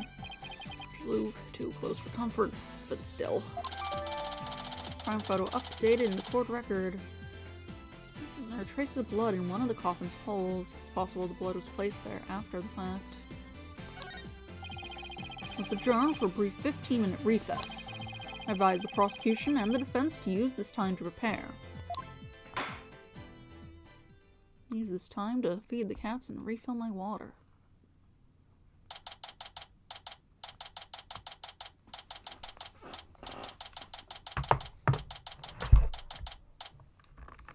Right.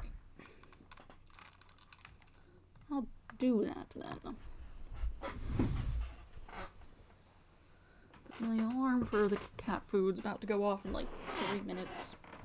So I'll do that. I'll get up, I'll feed the cats, I'll get some more water.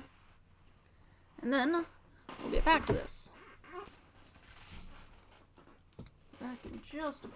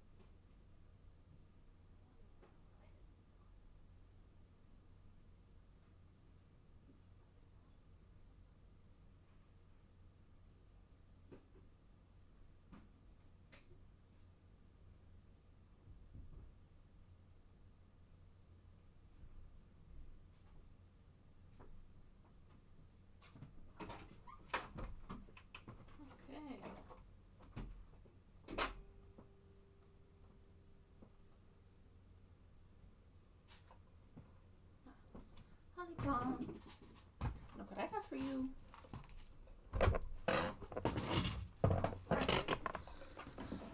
So I'm back. Cats have all been given their food. Yes, honey. You gonna get up and get it, or are you just gonna sit here? She's just going to sit here.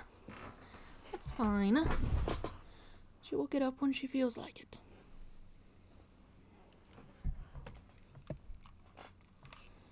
Anyway,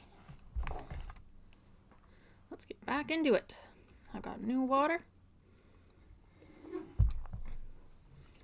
All's well. April 28th, District Court, Defendant Lobby number 3. That was hairy. Tell me about it. I barely made it through by the skin of my teeth.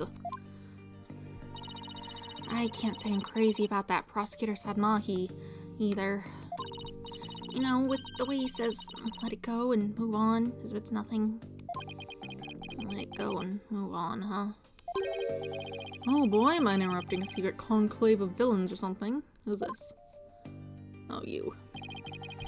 Not your next evil scheme in the works already. What do you want? Keep making that face, champ, and everyone's gonna change the channel. Keep making that face, champ, and everyone's gonna change the channel. Look it this way, Trucy. I'll smile for the camera. Let's see those pearly whites. Isn't that what the grammar creed tells you to do?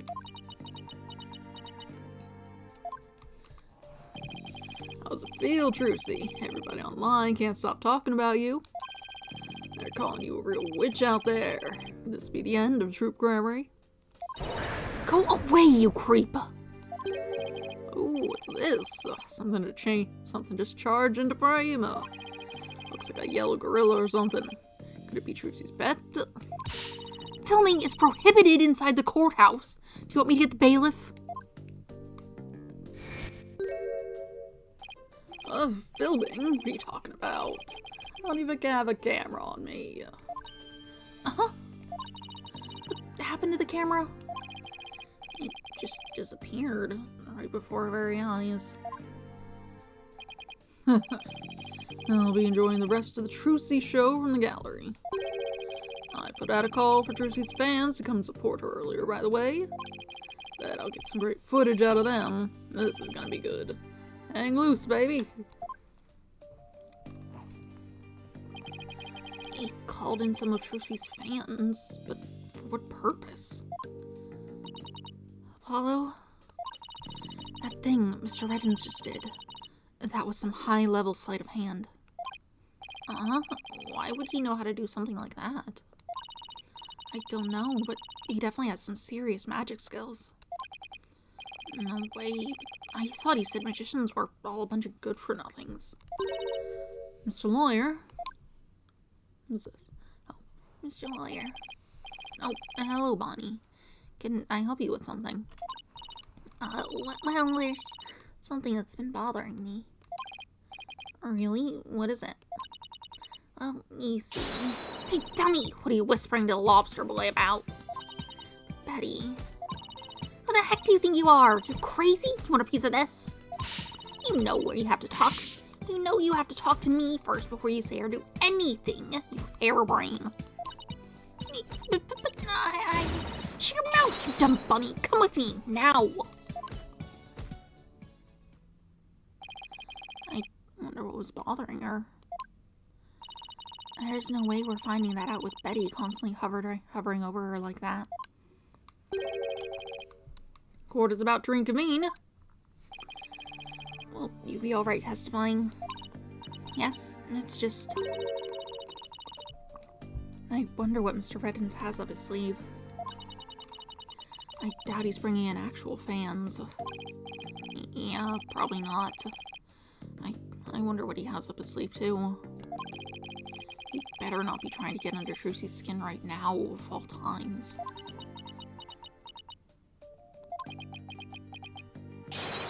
You're Trucy, right? And you'll be fine. Oh! Here goes Apollo with his best trick. That's right. Whenever I'm feeling down, I always tell myself I'm fine. Alright, I'll give it a try. I'm Trucy Wright, and I'm fine. Thanks, Polly. I think I can do this now. Atta girl. Oh, good luck up there on the stand. You'll do great. Thanks. I'll be fine. I can do this. Alright, Justice. You can do this too. Time to focus on the rest of the trial.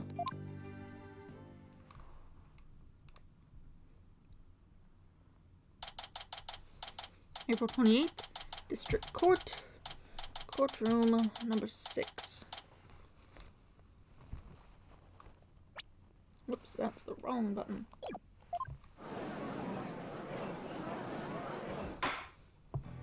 Court is now back in session. Defendant, please step up to the witness stand. Trucy Wright, magician. Here comes the liar, the deceitful witch. Throw the murderer in jail, last member of that criminal troupe. Oh, we don't want to see you on any stage. Order, the gallery will be quiet, or I will have you all thrown out on the spot. What's with all the hecklers?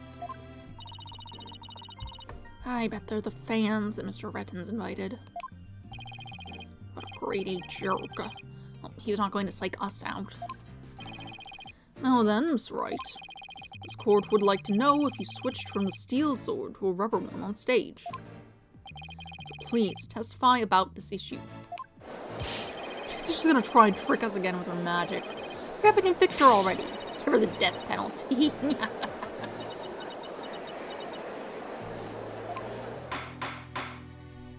Silence, all of you! I won't tell you again. Miss Wright, do you feel able to testify?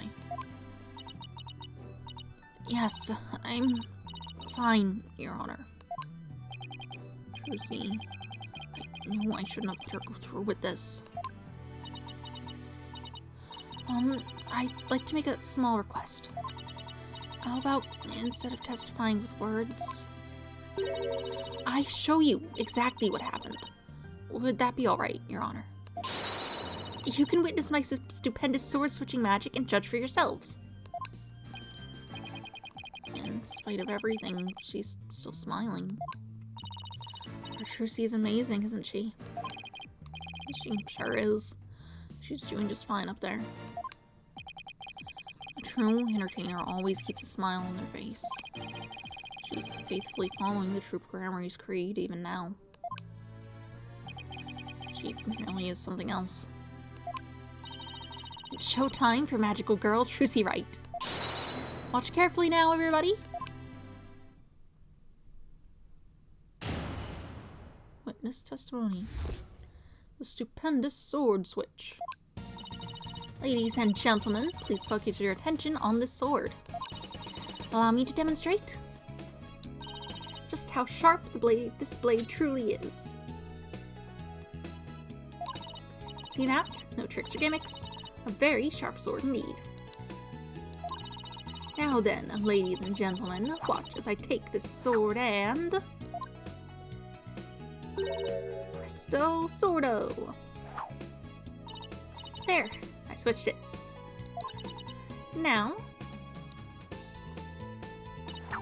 Up.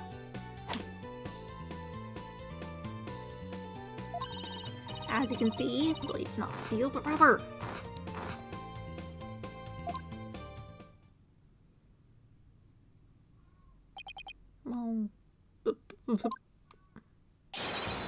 Bravo, Miss Wright.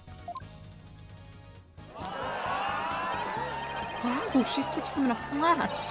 I couldn't even see her do it at all. She's completely turned the room around. The hecklers are being drowned out by all the cheering. Where did the steel sword vanish off to, Miss Wright?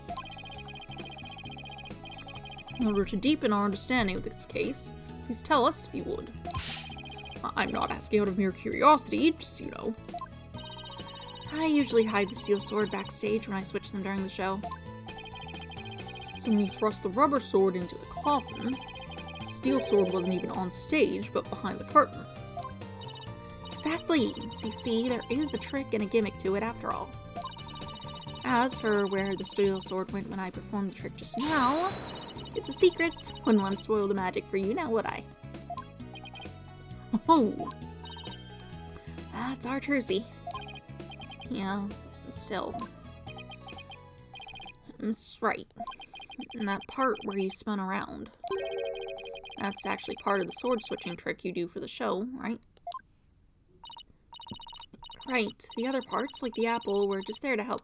We're just to help with my explanation here in court. That's funny. I think I found an inconsistency in her testimony. And it looks like I'm not the only one. I don't know what it's doing there, but now that I found it, I have to get to the bottom of it.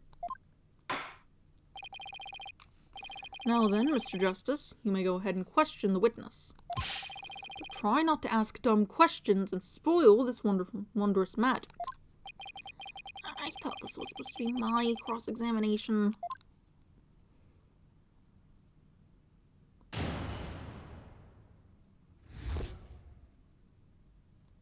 Let me check, this. Can I move this a little quicker? No.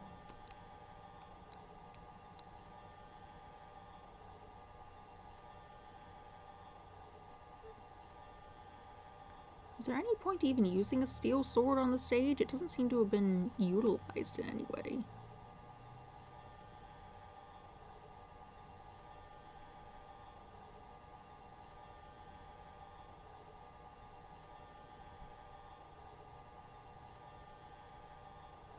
Is there a cut there?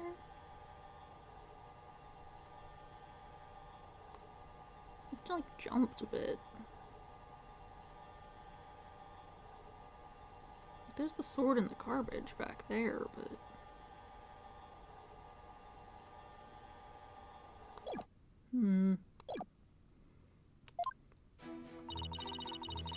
Ladies and gentlemen, please focus your attention on this sword. Hold it! Please be careful, Miss Wright. Don't worry, I've practiced this trick 1,000 times. That's right, Apollo. You have to give Trucy some credit. She knows what she's doing. I know, but it still makes me nervous every time. But that's what magic is all about. A truly great magician can make her audience experience all kinds of thrills and chills. I guess you're right. I'd better try not to interrupt her too much while she's doing the trick. I don't want to distract her or break her concentration. Now, ladies and gentlemen, back to the exciting world of magic. Allow me to demonstrate just how sharp this blade truly is.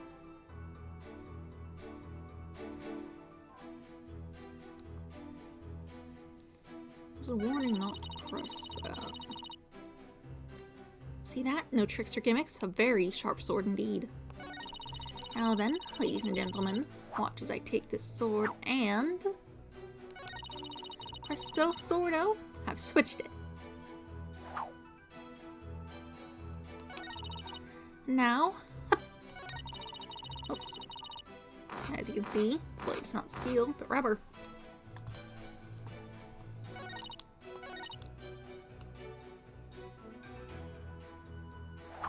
Hold it! So you switched swords when you spun around just now. That's right. It's the same way I do the trick in the actual magic show too. But I'm also doing a lot of extra things that I don't do during the show right now, though. The key point is the sword switching. Only we could prove she did it during the actual show too. Right. Prove that she switched them during the show. What's the matter, Apollo? You look troubled. Oh, it's nothing. Uh-oh, this is quite the pickle. How should I go about handling this? That's right. Please continue with your trick. So you've all just witnessed me switching the swords. And now...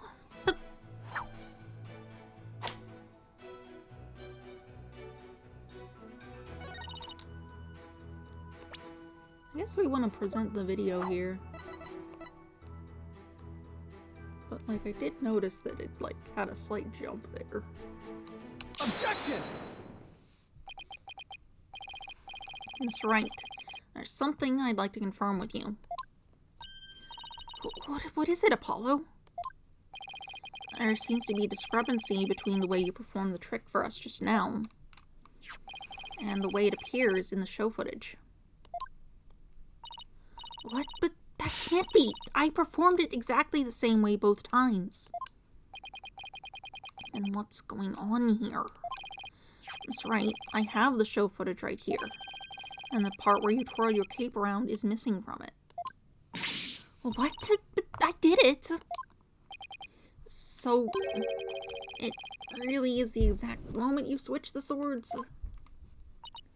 Yes, that's right. I knew it.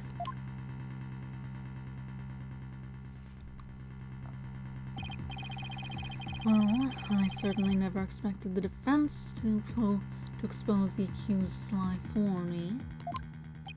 Mr. Justice, does this mean that you are arguing that the defendant did not swap the swords during the actual magic show?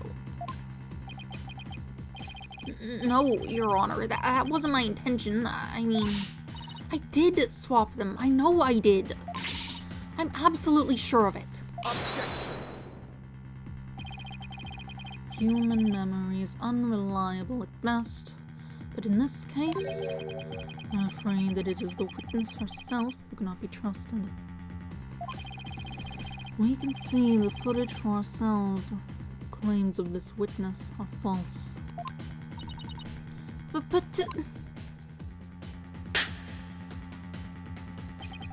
Now that it has been proven that the accused did not swap swords, it means that the use of the steel sword to practice the coffin was to pierce the coffin was wholly intentional. No, listen to me, there was a cut. You can see it.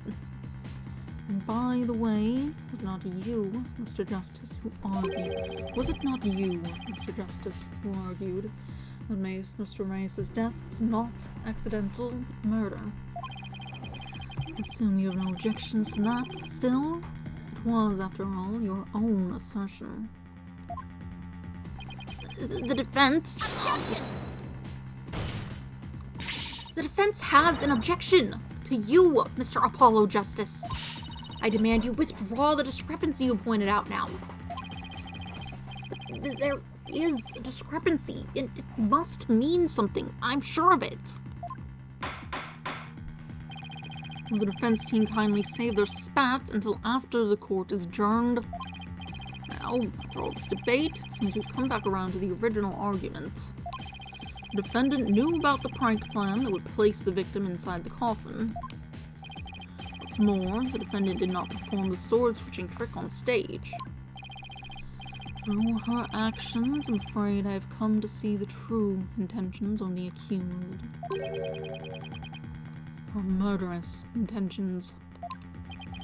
It's such a shame. But I did switch the swords, I swear. You're knee-deep in it now, Justice.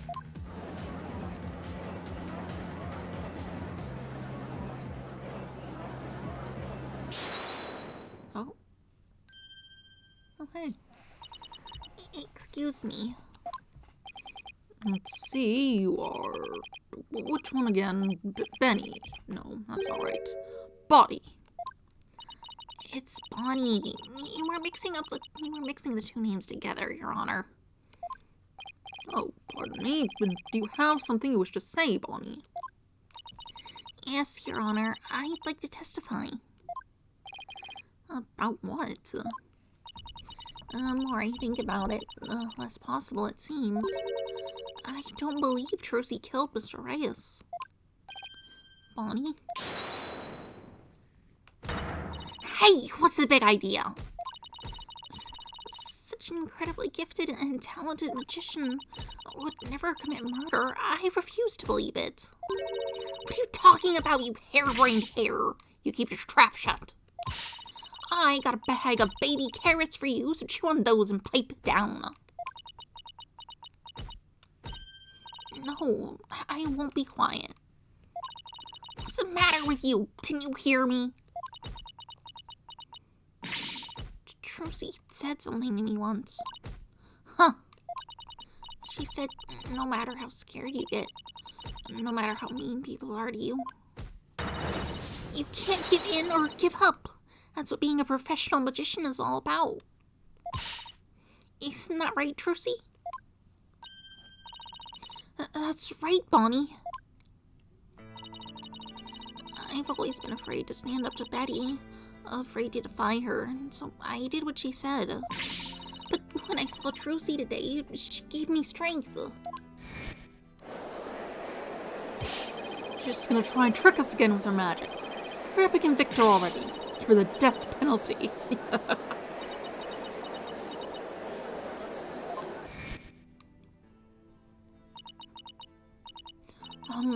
I'd like to make a small request.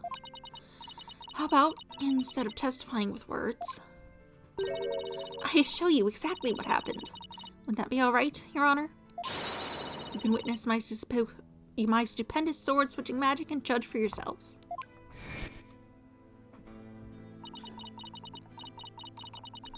Seeing her courage, the way she kept smiling despite everything, she's just incredible. So I'm not going to run away. I'm scared, but for once, I'm going to be brave.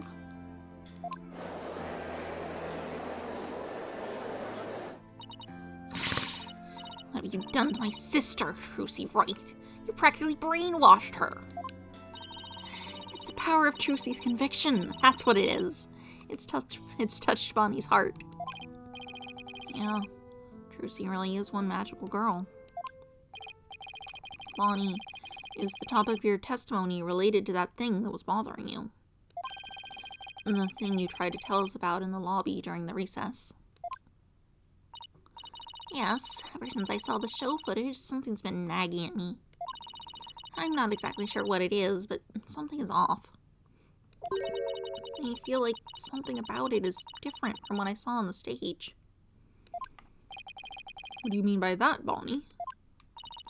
I wonder if what I was shown on TV is really the same as what happened on stage. Objection. Of course it is. The show has only been performed once, after all. It can't show anything other than what happened on that stage yesterday. Objection. But Bonnie's testimony deserves our attention. We have to examine the show footage. But what can we check it against? Do you have some other footage of the show? Well, I have some show footage. You do? One of the TV station's cameramen said he was a fan of mine. He kept his camera on me throughout the entire show. Then, afterwards, he gave me the footage he shot as a present. He did? To tell you the truth, I thought it was kind of creepy, so I was going to get rid of it. Hold it! Please, submit that footage to the court.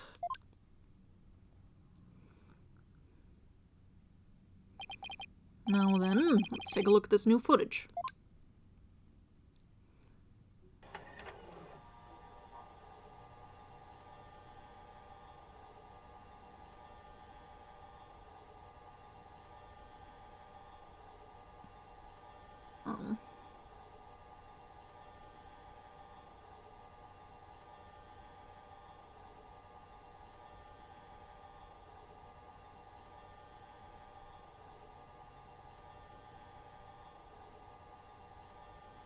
Can't see Trucy at all.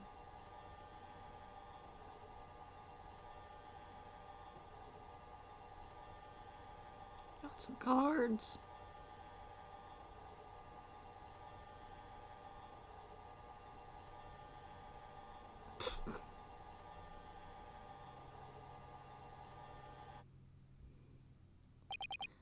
Wow, okay then.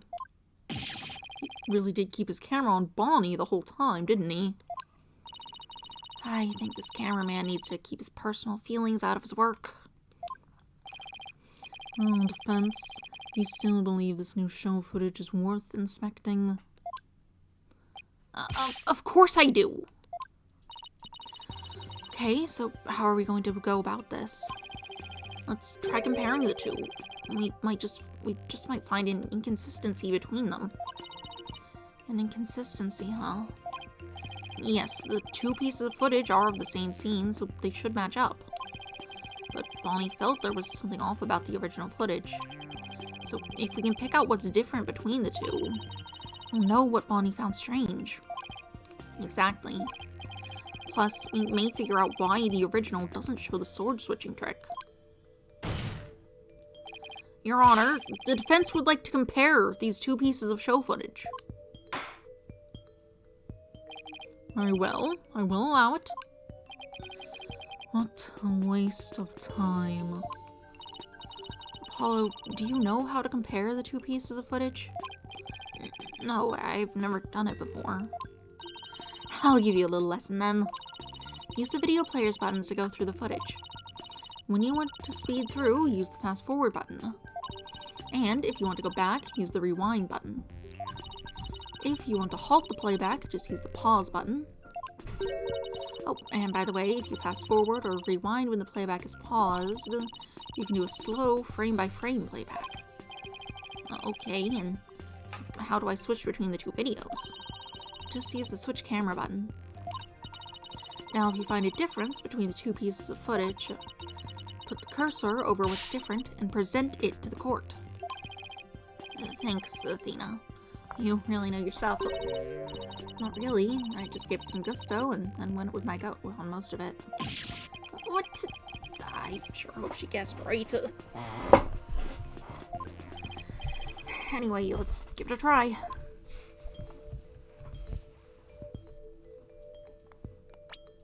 Oops. It takes a second to load and it's not like playing between them. Alright. Pretty sure it's all normal prior to... Okay, can we get you out of the way? Just...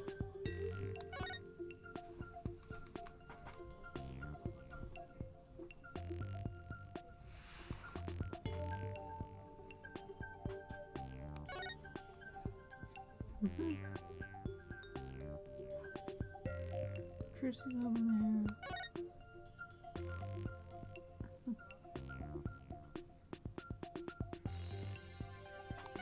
Yeah.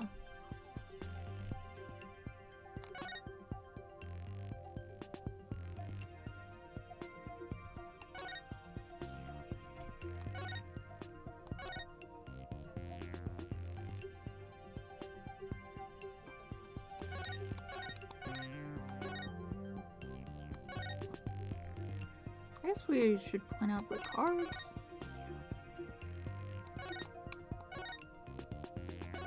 Oh, it like jumps to pieces.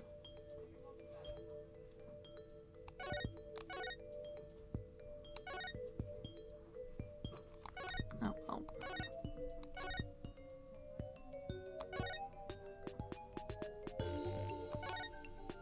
Oh, that's the wrong button, that's why. Here. Look at this. Look at this card. Oh, the text for the stuff is so long the present button is not shown.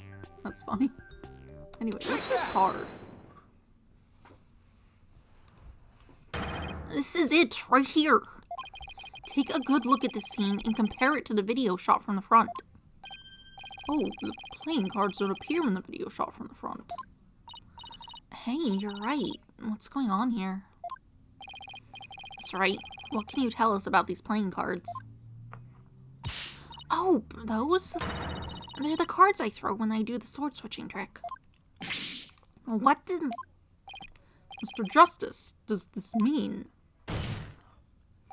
Yes, it means that the sword switching trick was cut from the TV show footage.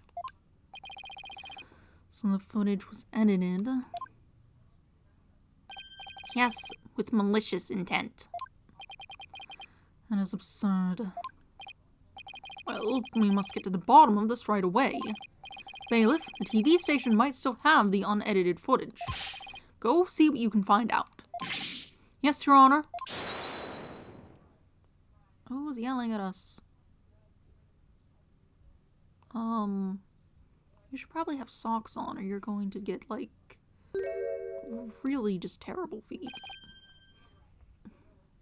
It's you. Hold up, Your Honor. This is all just a big misunderstanding, believe you me. Give a guy a chance to defend himself before you start pointing fingers.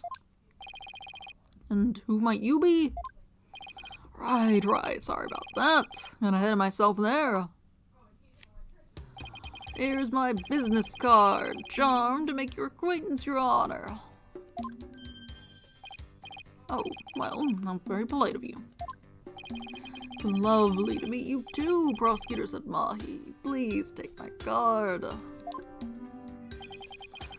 Business card. Oh yes, I read about this custom among businessmen in this country. I've even familiarized myself with the various replies. How do you do, good sir? Or what's crack-a-lackin' homie, for example.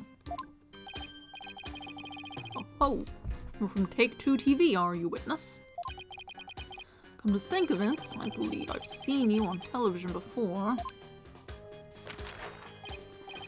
Yes, Roger Rettins, otherwise known as the Ratings Raja. He's a TV producer and appears on many of his own shows as of late. He's best known for his catchphrase, hang loose, baby. Right, you're the Ratings Raja. Hang loose, judgy baby. Nice courtroom you got here. I never thought I'd get to meet you in person. But Prosecutor Sadmagi, how do you know so much about him? In preparation for the case, I watched all of his shows. I found the Ratings Raja goes to Burger Barn of particular interest. It inspired me to visit that restaurant straight away to learn more about the local cuisine. What? You went to Burger Barn? Who would have thought? You must have really wanted to try it, huh, buddy? That line. Compared to my ascetic training, an hour's wait is nothing. I recommend the Southwestern burger with jalapeno jack cheese, by the way. I'm having a really hard time picturing him in line for burgers. Prosecutor Sadmahi's unexpected enthusiasm for food aside, Mr. Rettins, what is this misunderstanding you mentioned? Well, for starters, it's true that the footage was edited. You'll get your hands on this anyway, so I might as well show you the unedited footage. Why do you have that just on you? It's a pretty long video, so I'll show you the part with the playing cards. You can see the cards when Trucy spins around, so keep your eyes peeled.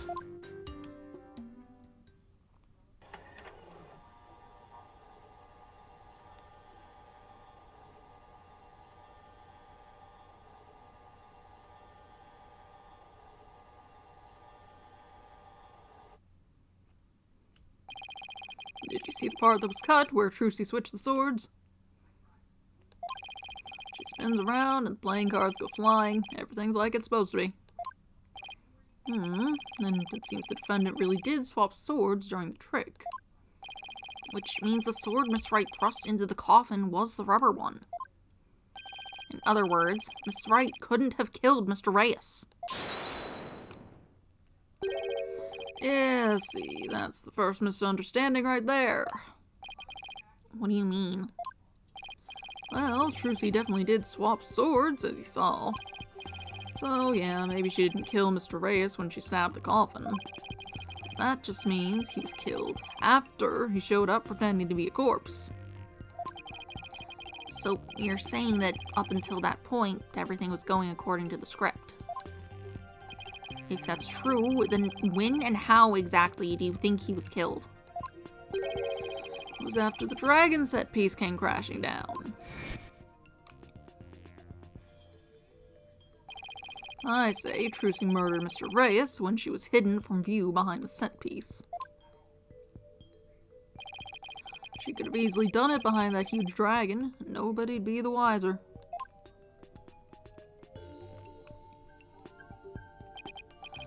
Let's see. Indeed, there is a ring of truth to your assertion. You bet.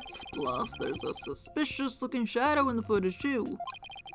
It's toward the end of the footage, just before the dragon hits the stage. Might be easier to just see for yourselves.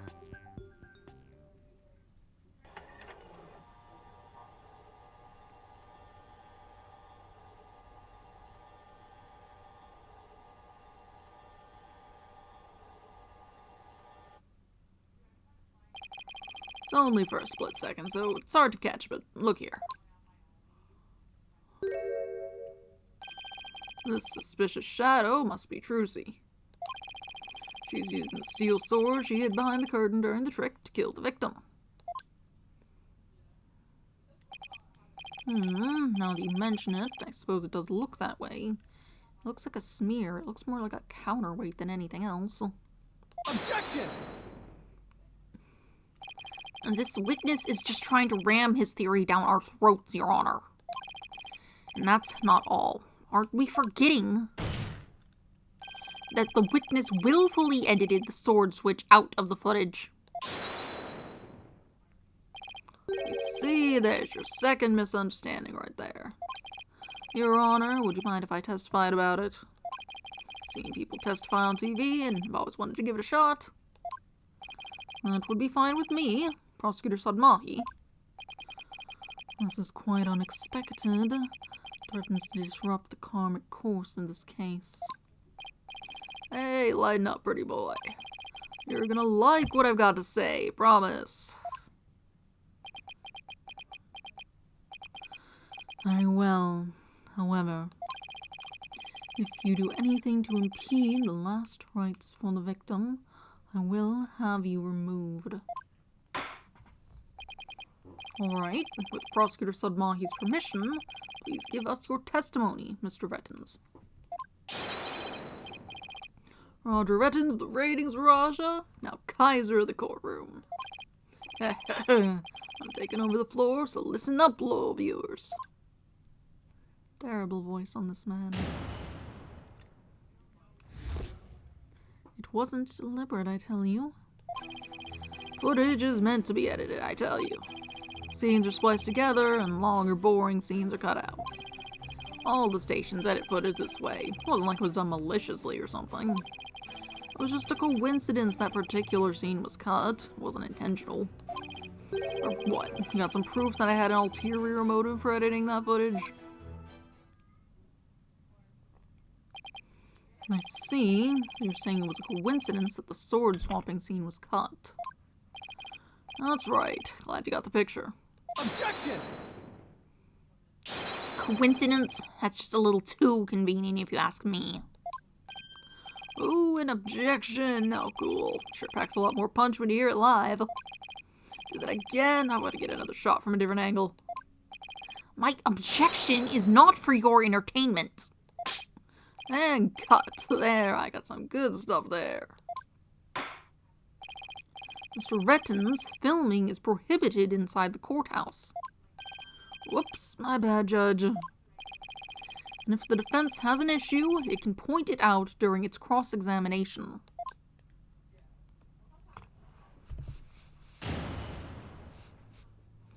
Alright. Ah. Footage is meant to be edited, I tell you. Hold it! Really? I've never heard anybody say that. It's common knowledge in the TV world. You have any idea what a snooze cruise would be to watch a magic show without editing? A magic show like that one, anyway. That was ice cold. Anyway, editing is what makes TV worth watching. Scenes are spliced together, and long or boring scenes are cut out. Hold it! Are you saying that you thought there were boring scenes in Miss Wright's magic show? You got a mask? That script and presentation deserve a place on the cutting room floor. Broadcasting that mess as is would have been a complete disaster. That's why I had to edit the footage. It's just what a TV man does. What didn't you like about the show exactly? The whole thing was a major snooze fest. Maybe common folk like you don't get it. But the show's only as good as how loud, flashy, and trashy it is. It was plenty loud and flashy on its own. All you did was add the trash. Suppose each industry has its own way of doing things. Just as we in the legal profession focus exclusively on evidence and testimony. Exactly! Whether it's showbiz or legal biz, we gotta do what we gotta do to get the job done. Anyway, editing footage is just a matter of course in the TV industry.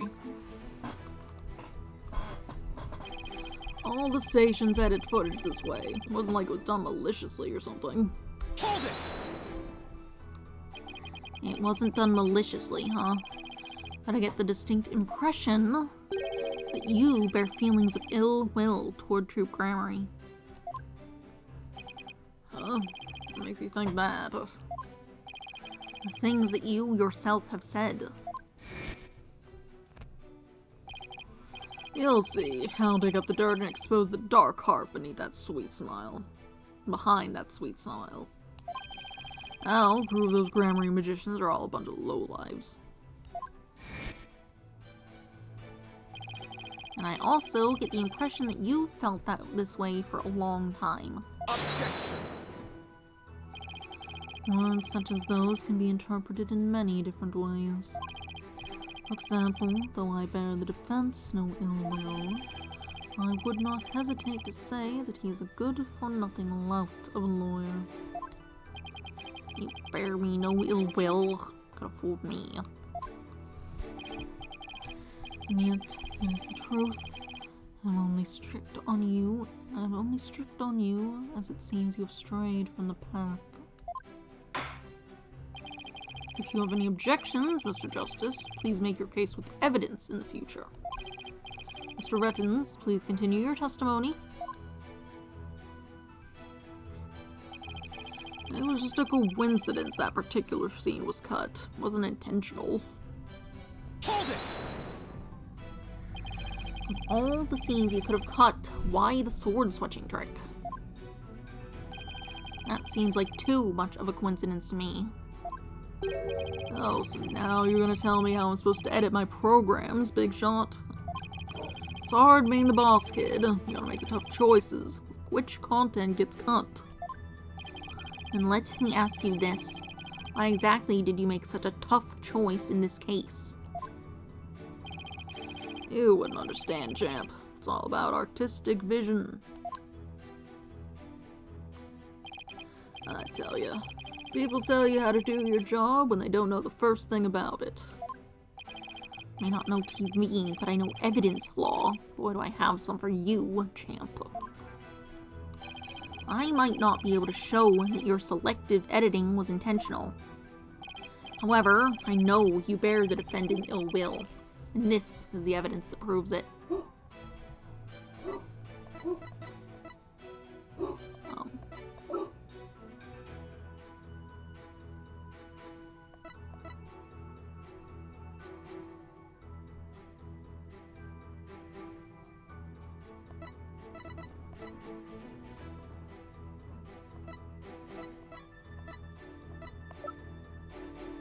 A couple things here. How about your evil clipboard? Take that! Oh, what's that you got there? This is the contract you had Miss Wright sign just before the magic show. This contract between the first party, Take-Two TV, and the second party, Miss Wright, reads: if, through the fault of the second party, the show must be cancelled in part or in full, the second party will pay $3 million as compensation to the first party. Just $3 million? That's a completely unreasonable sum. I couldn't agree more. And of course, Miss Wright doesn't have that kind of money. Nevertheless, Roger Rettens had her sign this unreasonable contract anyway. Or, more accurately, he conned her into signing it. Conned her? How did he do that? There's a trick to the clipboard that was used by Miss Wright to sign her contract. It houses carbon paper that can secretly copy her signature onto other documents. Oh, come on now. It's quite a nasty accusation you're slinging my way. For starters, you don't have any proof I had anything to do with that carbon paper stuff. Just because Trucy and her agency can't pay up doesn't mean I conned her. $3 million. It's totally out of reach for the average person. In any case, this is important new information. Please add it to your testimony, Mr. Rettens. Where's your proof linking me to that tricked-out clipboard? You don't have any, do you? Hold it! This clipboard is yours, though, isn't it, Mr. Rettens? Well, it belongs to the TV station, anyway. Not much I know. Maybe it was an old prop from one of our TV shows that got used by mistake. Or maybe you used it on purpose to con Miss Wright. Objection! Mr. Rettens has already stated that he did not. Mr. Justice, please do not use this trial to try to get out of paying your agency's debt. That's not what I'm doing! Proof Mr. Rettens is connected to the carbon paper, huh? If Trucy's signature was copied onto the fake contract, then there must be an original contract that Trucy actually did sign. True, but I bet Mr. Rettens is too savvy to leave something like that behind as evidence. But what if her signature was copied onto more than just the fake contract? Like a third document with Trucy's signature on it. Have we seen anything like that, though? We have. Hey, what are you guys whispering about? Let me continue my testimony. Or what? You got some proof that I had an ulterior motive for editing that footage? Hold it! What other scenes do you cut from the footage? No others, I guess. I mean, you only edited out the sword-switching trick scene and nothing else. Don't you think it's too much of a stretch to claim that as mere coincidence? Objection! No matter how artificial you find the affair, stranger things have happened on their own. That is, unless you have something with which to prove otherwise, defense. Well, if you have a valid criticism of Mr. Rettens' testimony, feel free to counter with evidence. Well, Apollo, it would sure make things easier if we had some. I think the defense team needs to be edited out of this trial. That's what they need. I'll have to clean up this footage later. He's not really gonna put this on TV, is he? That's a crime. Proof that Trucy's signature was copied, huh? But we don't have proof. That's why our agency is under seizure right now. True. Or do we?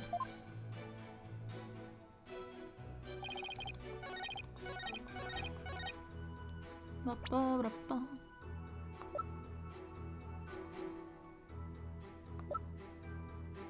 Look at this thing. Objection! You must be quite the con man if you can fool a magician with a simple trick. But if you think you can con a lawyer, you're very much mistaken.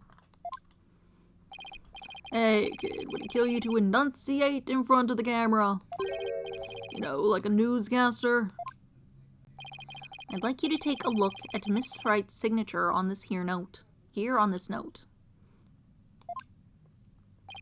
Now, let's compare that signature to the one right here on this contract. Wow. Oh, would you look at that? They're exactly the same.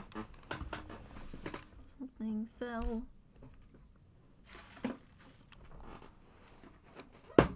dropped something. It's fine. That's right, Your Honor. Not just similar, but exactly the same. Nobody can sign their name in exactly the same way twice, unless it's a copy.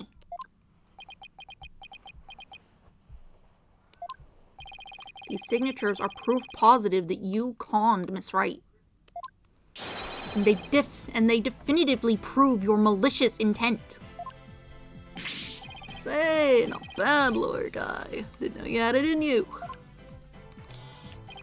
This is really getting interesting now. It'll get great ratings for sure. Don't try to dodge the issue, Mr. Reddins. The fact is that you bear ill will against my client. So the show footage was definitely edited with malicious intentions. Isn't that right? Objection. What a forced argument, defense. All you've really proven is that all you've really proven is not his ill will towards Miss Wright, but his pecuniary greed. That's right. I just wanted money, baby. Fat stacks of cheddar, that's all. After all, I'd never even crossed paths with Trucy before this magic show. So I'd have absolutely no reason to bear her any ill will, right? He didn't bear her any ill will, huh? Fat chance. This guy definitely has some major hate for Trucy. You'll see. I'll dig up the dirt and expose the dark heart behind that sweet smile. I'll prove those grammary magicians are all a bunch of lowlives. I can't prove it with anything, but the things he said all point to that fact. There must be something between the two of them that gave birth to this grudge. Some sort of connection that not even Trucy is aware of. Your Honor, I'd like to argue that Roger Rettins and Trucy Wright must have crossed paths before. There must be some hidden connection between them. Hidden connection. What is it now? Just what are you getting at, Mr. Justice? It is futile to even ask, Your Honor. Surely it is just another one of the defense's feckless claims. Objection! You don't seem to have a very high opinion of me, but once you hear my argument, you'll wish you'd take me a whole lot more seriously. Well, I really... Very well then, do proceed. Did you figure something out, Apollo? Nope, not a thing. What? That was just some good old-fashioned bluffing, courtesy of Mr. Wright's fine training. I hope you know what you're doing. If you're going to make such a bold claim, Mr. Justice, I hope you're ready to elaborate. What is this hidden connection between the defendant and Roger Rettins? Magician 2? That checks out with everything else going on. That sleight of hand trick Mr. Rettins did during the recess earlier.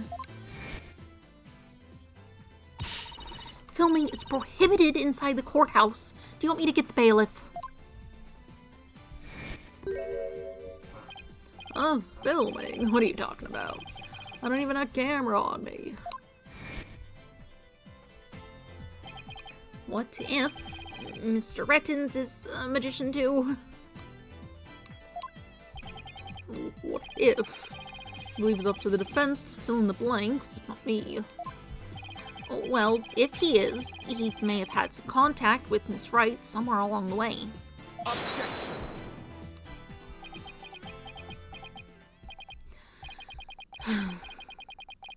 Your argument is hardly worth responding to. But by all means, please do continue. As the passage in the sacred scriptures of Kurainism states, he who gives a sermon to a monkey is himself a monkey. It doesn't matter what you say to a dimwit, he isn't gonna get it anyway. But we saw Mr. Rettins perform a magic trick. He made his video camera disappear in the blink of an eye. Well, I think it would be pretty funny if I were a magician. You must have been seeing things. Want me to introduce you to a good eye doctor? If a connection as tenuous as that is all it takes, then every magician in the country could potentially bear ill will toward the accused. I guess you're right. You're not the sharpest knife in the drawer, are you, short stuff? You would do well to cleanse that putrid mind of yours in the holy waters of Mount Pony Pony. I don't know where that is. 3 days under a frigid waterfall, and even you should rise to the level of a monkey. Ha ha ha! Numbskull for a numbskull. This numbskull has thick skin, so there. I think I get what they're driving at. Even if he isn't a magician, it's not exactly a reason to bear a grudge against Trucy, is it? Oh, hold on. I can think of one person. One magician who has the reason to bear a grudge against Trucy. Rather, one magician who has a reason to bear a grudge against Troop Grammary. Oh?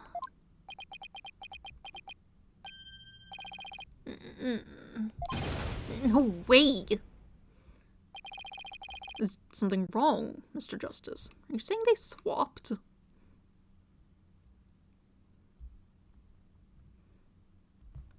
How similar do they look?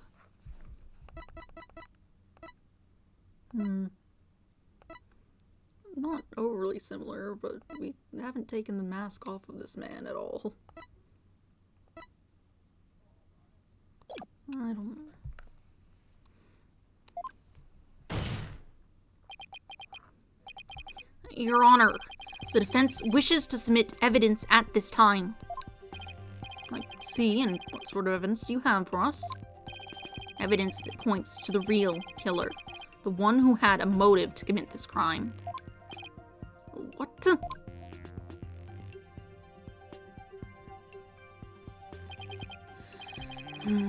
What have you come up with this time, defense? Trucy Wright is the sole heir to Troop Grammary and its name. This puts her square in the crosshairs of one particular magician. And this piece of evidence points to that one person with a grudge against Miss Wright. I guess you'd want to do this one. Take that! And who exactly are you naming, Mr. Justice? 13 years ago, the great Mr. Reyes belonged to Troop Grammary.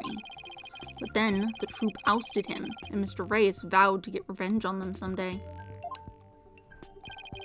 And what better way to accomplish that than through the ruination of their sole heir? But Mr. Reyes is the victim, Mr. Justice. You've named a dead man as your suspect. But is he really dead? What do you mean? Is he really dead?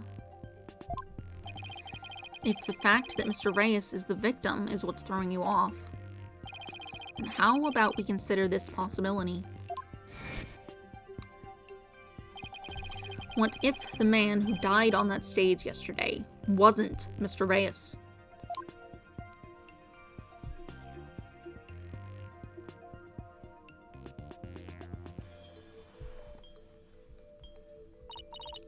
What? You mean the victim was an imposter?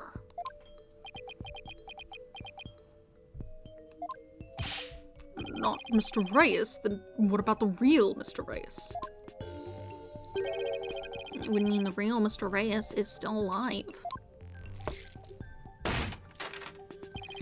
That's absurd.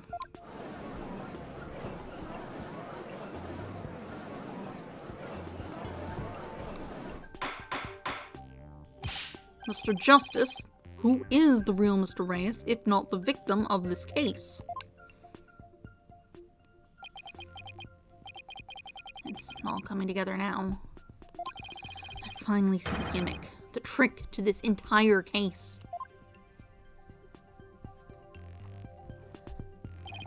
This should explain everything, Your Honor. The real killer, the one who hated Troop Grammary and wanted to sully its name. The magician lurking in the shadows who set up a fake in for Mr. Reyes in his stead. Oh yeah, he's missing his scar on his arm, isn't he?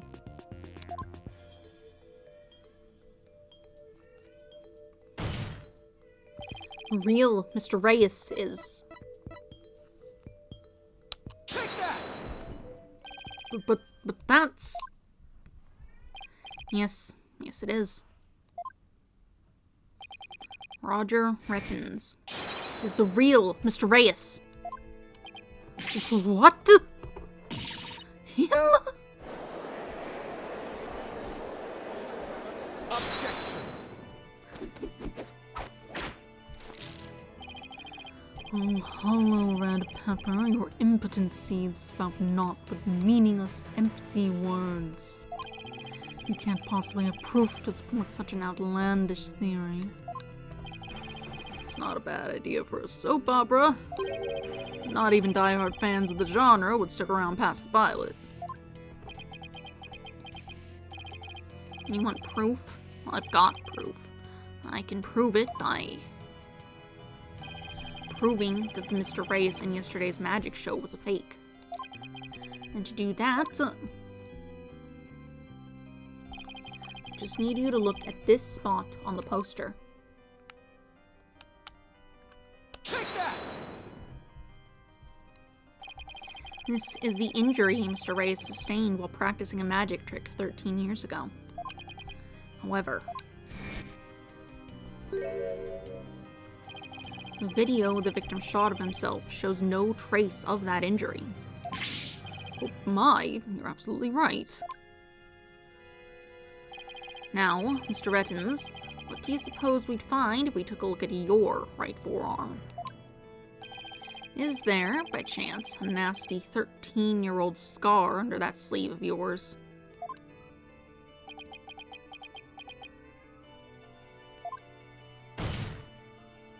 Well, Mr. Rettens, why don't you roll up your sleeve and let the court have a look?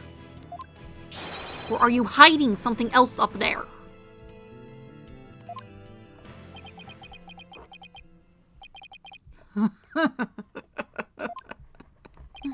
Come on now, I have nothing on my sleeve. I don't need to hide anything up there, because I require no tricks or gimmicks. For you see, eye magic is the real deal.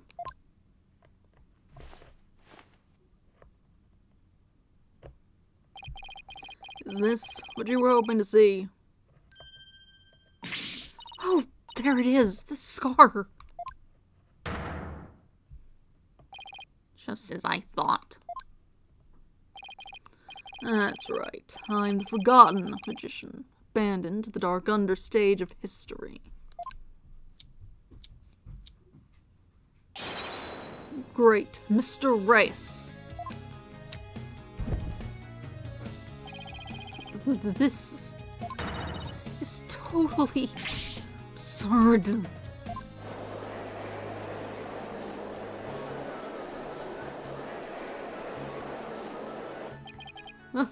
How ironic, wouldn't you say? That this odious mark carved into me by Troop Grammary would bring me back into the limelight once more. Strange are the karmic threads before me. The witness is the real Mr. Reyes, and who is the victim who perished in the magic show. He was but a fan. Met him on one of my programs several years ago. He said he'd become a magician out of admiration for the great Mr. Reyes. In confidence, I told him my true identity and let him take on my mantle. And when did this man take over for you? About 2 years ago. Taught my tricks, and even acted as his producer. And so, a mere amateur became a popular magician overnight. Courtesy of my magic on the stage we call television. Hope you enjoyed the show. You really had us all fooled. Mr. Rettins, or should I say Mr. Reyes. In your hatred of Troop Grammary, you killed the victim, Mr. Mystery. And then set up Miss Wright to take the fall, didn't you? You did it all just to tarnish the Grammary name. I have no idea what you're talking about, lad. I set up the prank, that much is true. But it was simply a harmless joke on Trucy, I assure you. She learned of the plan, made use of it to commit murder. That is how strongly the criminal element runs in the blood of these Grammaries. Objection! But if it was a secret prank plan that very few people knew about, couldn't you have been the one to use it for murder instead? Gah. Ah. Yee. His head! Just kidding. What the heck was that? Heed my words, lawyer lad, for I fear your grasp on reality is slipping. I do believe I've told you that my magic is real. It employs neither tricks nor gimmicks. Enough with the ambiguity. Why don't you make your point already? My alibi is pristine as ever. When you agree, Prosecutor Sadmahi. Yes, I suppose that is correct. The witness does have a solid alibi. What? Recall defense that at the time of the magic show, Mr. Rettins was at Take-Two TV. A fact that many people can easily attest to. That's right. I forgot all about that. So what do you think, Your Honor? Would you like me to testify on the matter? Yes, I think you'd better. Please tell the court more about your alibi. Very well then, on with the show. Are you watching, Magnifique Grammary? Time has finally come for my magic to snuff out your precious pedigree. Grammary line will be no more.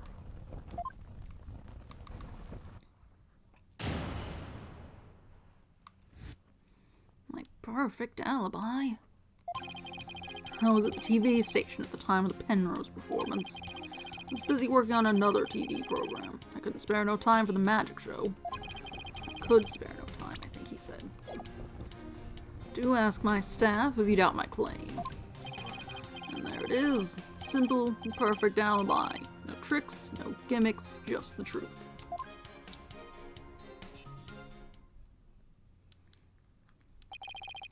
Do you understand now, perhaps? I did not grace the theater with my presence until after the incident. So how could I have committed the murder? His staff did say he was there at the station. So it sure does sound like a rock-solid alibi.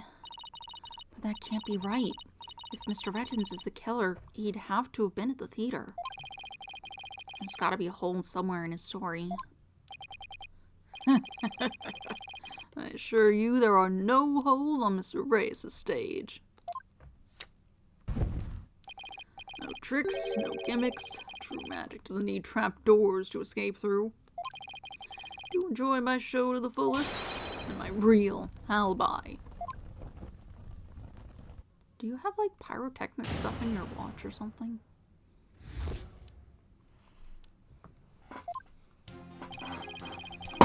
Alright. At the TV station, time of the performance. Hold it! But you did come to the theater eventually, isn't that right? Indeed. Anxious to see how the show was progressing, I made my way to the theater. Let's see, my journey took about 10 minutes by car. Could he actually have been at the theater during those 10 minutes killing the victim? Allow me a stab at reading your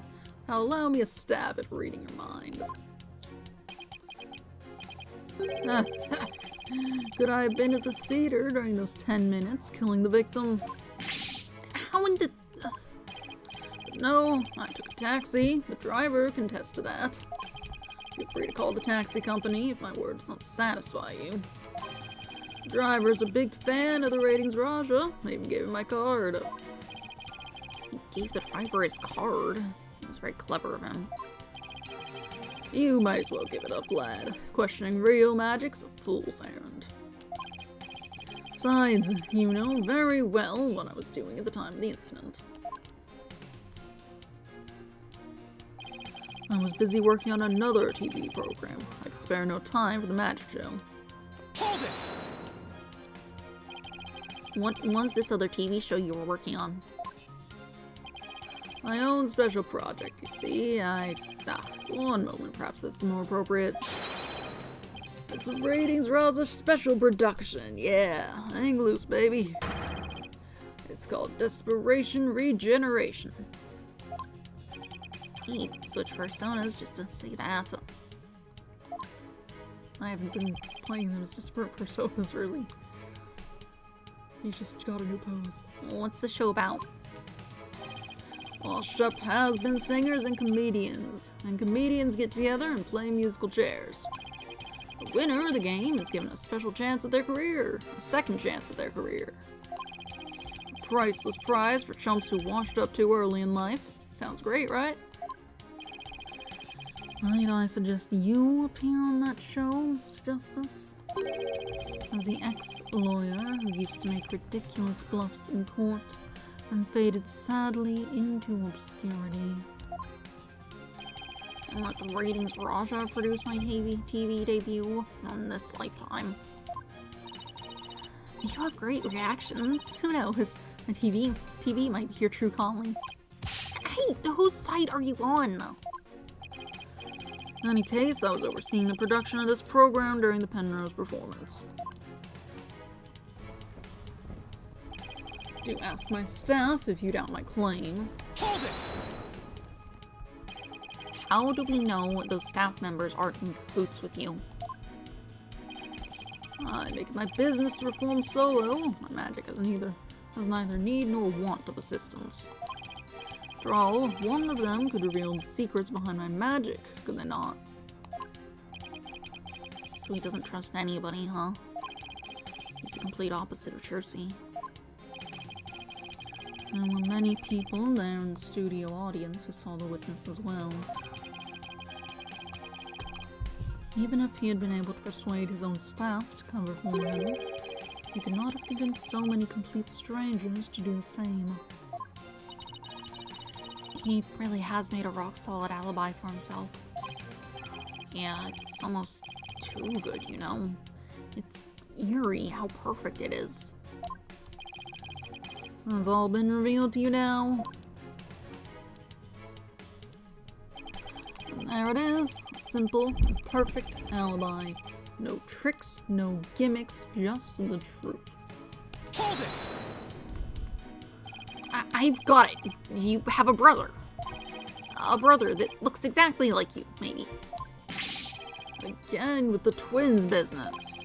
You think audiences will just let you get away with using the same gimmick twice in a row?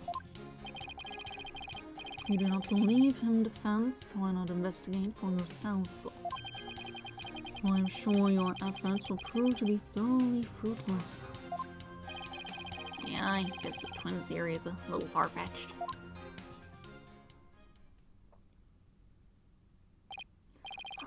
This alibi really is airtight. I believe we've heard enough. While I believe the witness does indeed harbor some ill will against the defendant, there's no reason to doubt that he was at the TV station at the time of the incident. Yes, the facts prove that it was impossible for the witness to have been involved with this crime.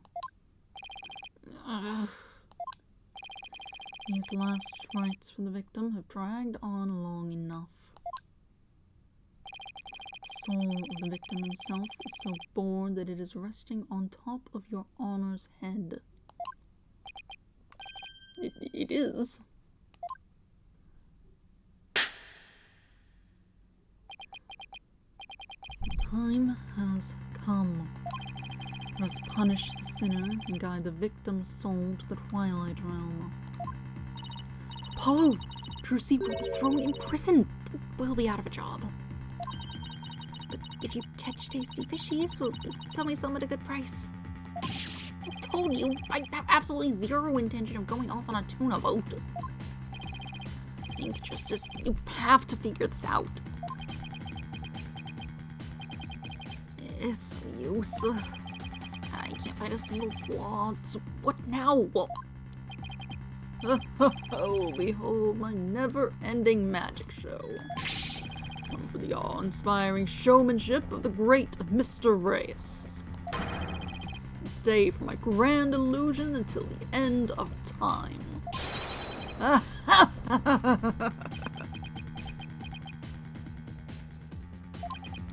wait, is he saying that we're still trapped in some sort of illusion of his? That's what professional magicians do. They make their audience see something that isn't really there. In other words, you make us see illusions, right? We call it misdirection. While we keep you busy believing one thing, we're busy making something else happen. When we say that what we say is there really isn't, and what we say isn't there actually is.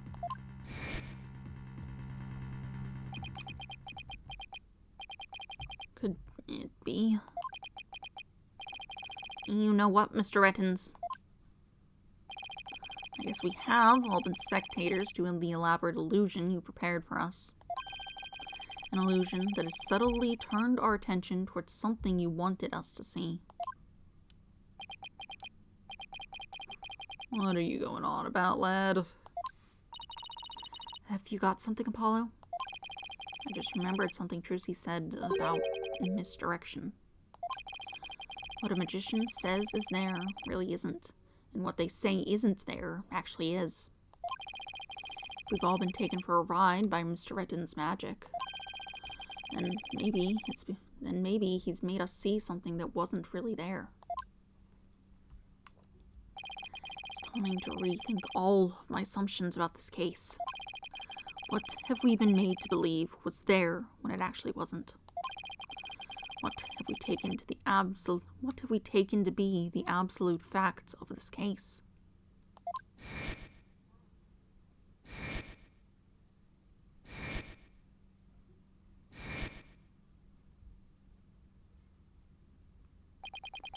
If I reevaluate the validity of all these things, then just maybe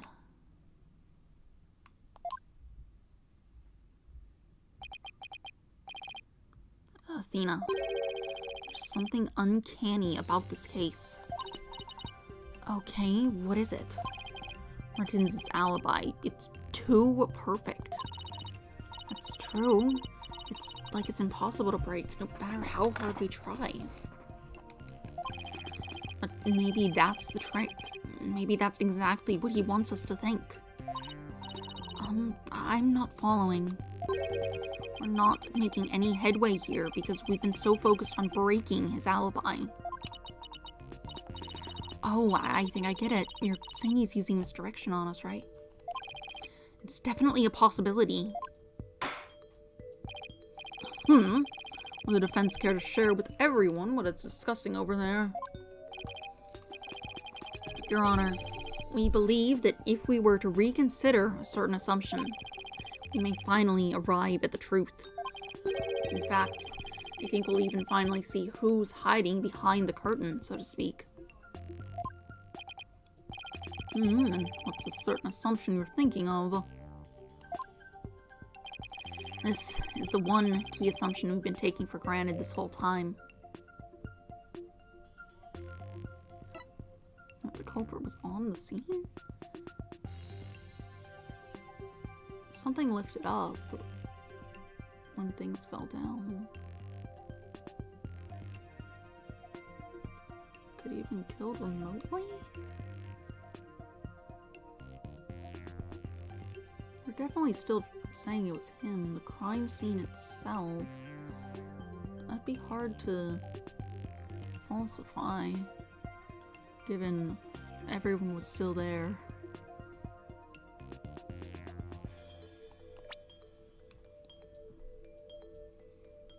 Could there have been...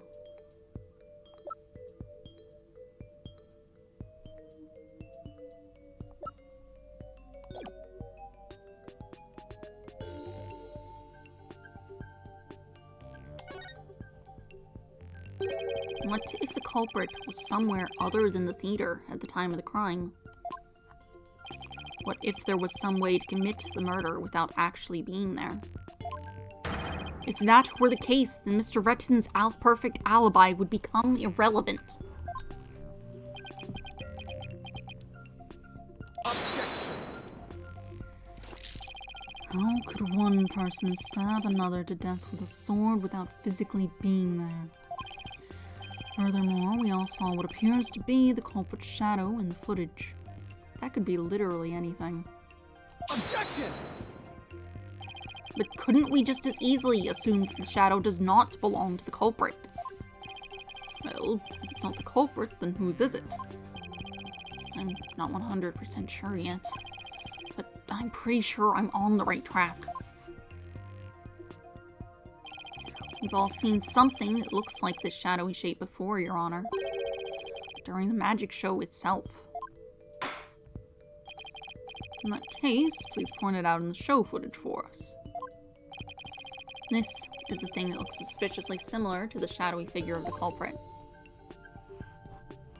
Oh, jeez.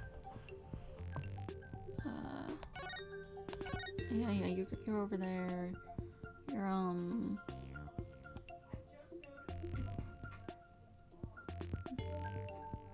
don't know where it's gonna jump if I... So it should be... There it is. Take that.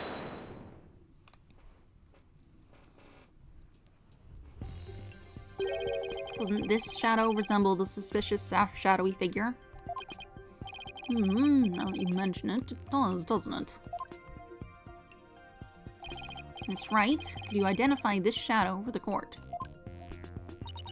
Let's see. I believe that's Mr. Hat's shadow. It's from when he was being pulled up from the stage to the catwalk overhead by wire. Then, could this shadow that's shown later in the footage be Mr. Hat too? No, that's not possible. After Mr. Hat was pulled up to the catwalk, he stayed up there. In other words, the second shadow is from some other figure being pulled up. Some other figure? I'm afraid you'll need to be more specific than that, Mr. Justice. He's right. We've come this far. I'll just have to figure it out from the clues I have on hand. What is the second shadow shown in the footage?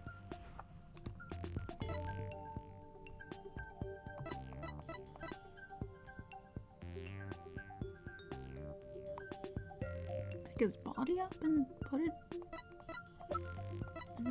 it up there and then stab it. He does have that hook on the back of his thing. Well, I guess it wouldn't be his body at that point, it'd just be him. He was meant to get up and fly around, so at some point, from that, so that wouldn't be, like, terribly out of the question. You would be somewhat expecting that sort of thing and not say anything. Take that. If we consider what was happening on the stage at the time, there's only one possible answer. The shadow belonged to the fake Mr. Reyes. In other words, Mr. Man of Mystery. The victim. Please take a look at the prank plan script. Mr. Mystery was to pretend to be dead and then fly up into the air after that. Isn't that right, Mr. Rettins? Indeed, and what of it? I contend that that's exactly what happened. The victim was wearing a stunt harness around his waist. It was most likely attached to a stunt wire so that he could be pulled up into the air. So you're suggesting that after pretending to be dead in the coffin, the victim flew up into the air just as the prank script says? Exactly. We just couldn't see him go flying up because the dragon was blocking our view. And that last trick, ladies and gentlemen, is the true piece de resistance of the culprit's murderous magic show. This is piece de resistance. I think it's whatever. It doesn't. Ugh. Don't tell me you've got it all figured out. Yes, I think so. If we can just look beyond Mr. Rettins' last bit of misdirection, we should finally be able to see the real truth. The victim must have been pulled up to the catwalk, just like Mr. Hat. Hit the cushioning up there with considerable force. Just have to figure out what else happened up there at that time. Are you ready to elaborate, Mr. Justice? Yes, Your Honor. I'm ready. In that case, please answer me this. Why did the culprit make the victim fly up into the air like that?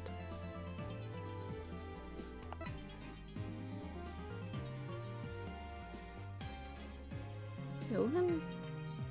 Falsify an alibi. No. That doesn't make sense. Just stick a blade in the cushion. Just why did the culprit have the victim fly up after he appeared in the coffin? And how did the victim actually die? When he was only pretending to be dead in the coffin? If we can figure out how those two questions relate, the answer should become clear. Who could it be? Mr. Mystery must have thought he was still just part of the prank. Mr. Mystery must have thought he was still just part of a prank when he appeared on stage. He probably didn't suspect a thing as he was being pulled into the air. After Miss Wright was called backstage, just as the set piece fell. But the culprit had already planted the real murder weapon in a cushion in the catwalk. It was probably a knife or a blade of some sort. What? You mean... Yes, it really was a magical murder. Just as the prank script said, Mr. Mystery was whisked up into the air. And straight into a blade there in the catwalk.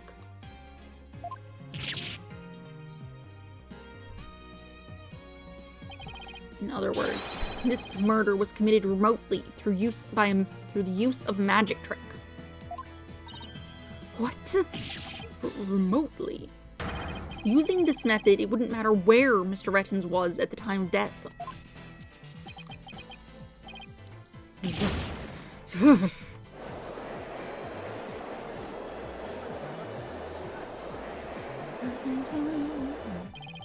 But how exactly does it work, Mr. Justice?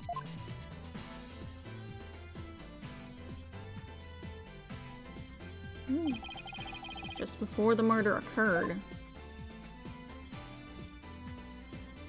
the dragon set piece was up in the catwalk. It and Mr. Man of Mystery were connected to each other by a wire at the time. By carrying out the prank plan, Betty made the dragon set piece fall, which caused Mr. Mystery to rocket straight up and into the blade in the cushion.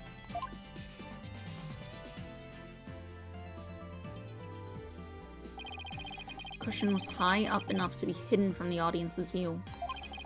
That's why nobody saw the blade.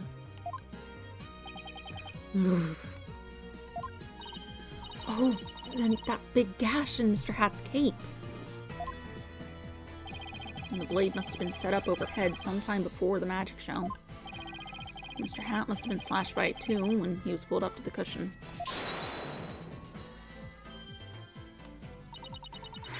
I can't believe it. I had no idea. I was told that Trucy would freak out if I made the set piece fall. That's the only reason I did it. You were used, Betty. Roger Rettins used you. I thought he was my little puppet to boss around, but it was the other way around. After the incident occurred, Mr. Rettins arrived at the theater. He got the murder weapon and swapped the rubber sword with the bloodied steel one. That's also when he lowered the victim's body down to the stage. But how did he have time to do all that? When the set piece fell, the audience was evacuated from the building. He was able to do those things after the fact. He was able to do all those things after the fact because there was no one around to see. A horrific murder camouflaged by a spectacular magic show. That sounds like the kind of murder only a magician could pull off. As long as the show proceeded as it was scripted, Mr. Mystery was doomed to die. That's why it was you, Mr. Rettins, who killed the victim, all the way from the TV station. This prank plan, or should I say murder plan, proves your murderous intent. Grammarly.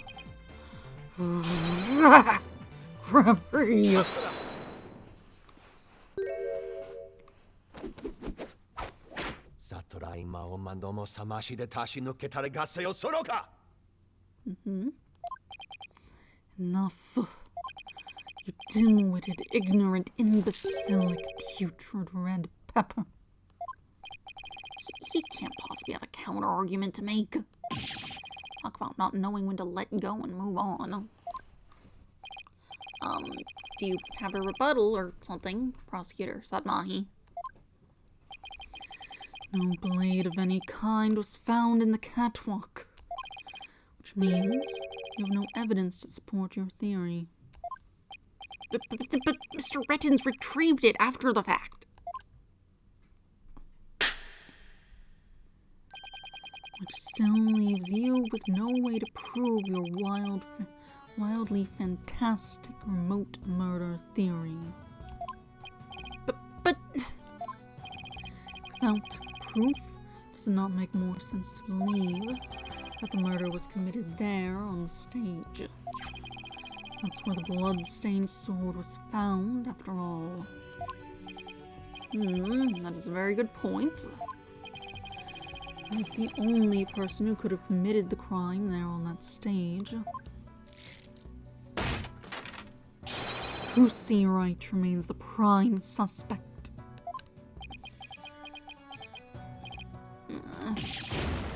It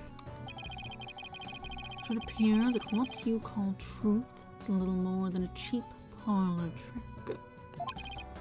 In the end, you have done nothing to prove the accused's innocence. It is time at last to let it go and move on.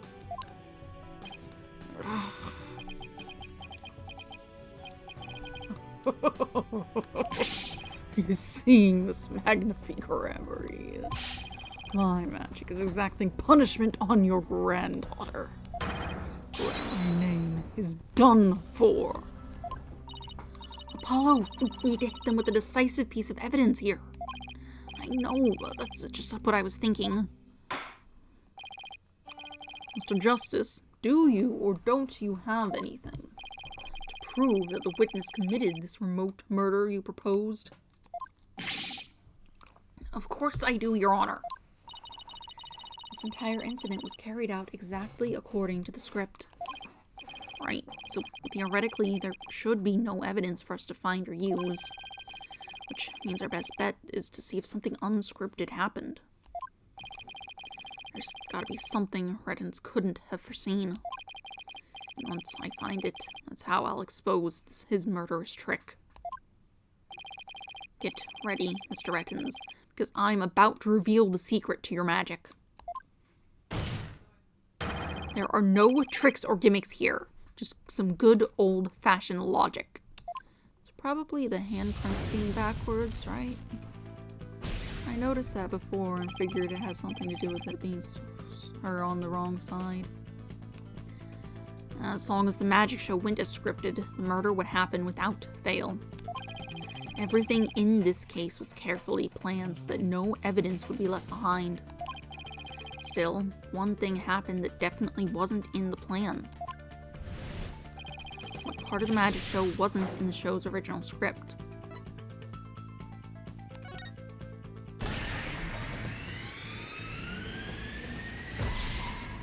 Bonnie made a mistake. Bonnie made a mistake during Trucy's escape trick. What mistake did Bonnie make during the magic trick?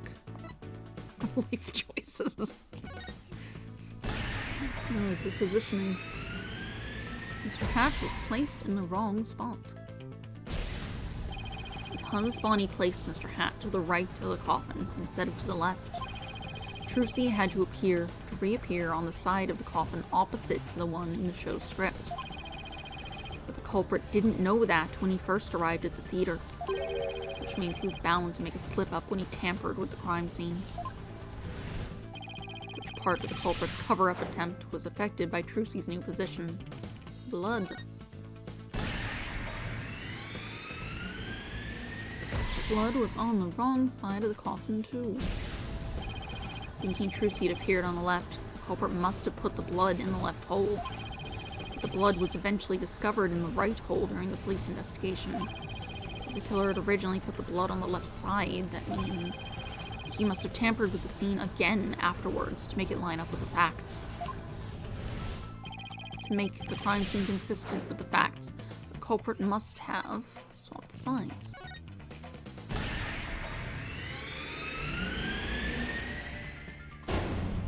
Culprit swapped the coffin sides. That's right, the left and right panels of the coffin are interchangeable. The culprit must have switched the two panels to make the bloodstain fit the facts. The switch might have also given rise to something unnatural. Oh, I remember now. There was something unnatural about the coffin, and it's just the evidence I need. Right. Sorry, Mr. Rettins, but I have some very conclusive proof of your guilt. Another bluff, is it? There's no way you have anything of the kind. My magic is real. No, there are tricks and gimmicks to it, just like any other illusion. What? After the murder, you switched the left and right panels of the coffin, didn't you? Because you did, you left behind something very unnatural for us to find. This proves that Roger Rettins tampered with the crime scene after the murder took place. Fingerprints again. It was in this, right? Yeah. Take that! Just double check. Fingerprinting results. What about the fingerprints is unnatural? Let's take a look at the prints the victim left inside the coffin, shall we? If the victim was facing forward in the coffin, his print should have looked like this.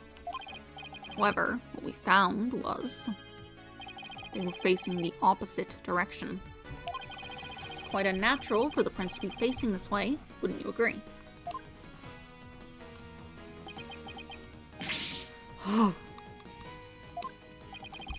It is strange, isn't it?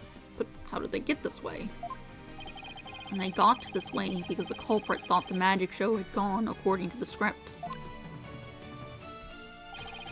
The culprit thought Mr. Hat would be on the left side of the coffin, and that Miss Wright would also pop up on the left side of the coffin as per the show's script. He then assumed that she had thrust the sword into the hole on the left side of the coffin. That's why he put the blood in the left hole when he was trying to cover up his crime. But sometime after leaving the blood stain, the culprit must have realized his mistake. He found out that, due to Bonnie's mistake, Mr. Hat was to the right of the coffin. And that despite the script, Miss Wright had thrust the sword into the hole on the right. In short, the hole with the blood in it was on the opposite side of the was on the side opposite the one Trucy had used. The one that Trucy used. Ugh. It's To make the blood's location fit the fact, he had to tamper with the evidence yet again. So he tried to cover his tracks by switching the coffin's left and right panels. Oh, that's how the fingerprints in the coffin ended up backward. Because the culprit switched the two side panels around. Prints ended up facing the opposite direction. But instead of going to all that trouble with the panels, why didn't the culprit just wipe the blood away and redo it on the other side? I'm afraid that wouldn't have worked, Your Honor, because of a little something called luminol testing. Ah, right, luminol. Almost forgot. Luminol can detect trace amounts of blood, even if it's been wiped away, right? That's right. Wiping the blood away would have only served as proof of his meddling. How about it, Mr. Rettins? I did a pretty good job figuring out your trick, didn't I? Objection. Trucy Wright could have done the same just as easily. You have no proof that it was this witness who tampered with the evidence. Objection! Why? Ah, but I do have proof. What? A person who was in the magic show would never have made the mistake of putting the blood on the wrong side. Least of all, Miss Wright, who surely would have remembered she was on the other side. Oh my, you're absolutely right. Are you impudent? I'm sure you've realized by now, Prosecutor Sadmahi, that your claim that Miss Wright is the culprit just doesn't hold up. You and the accused are most certainly. Really? Miss Wright and I? Bound for hell, you say? Because I think you're the one with a ticket there for trying to convict an innocent girl. Ow.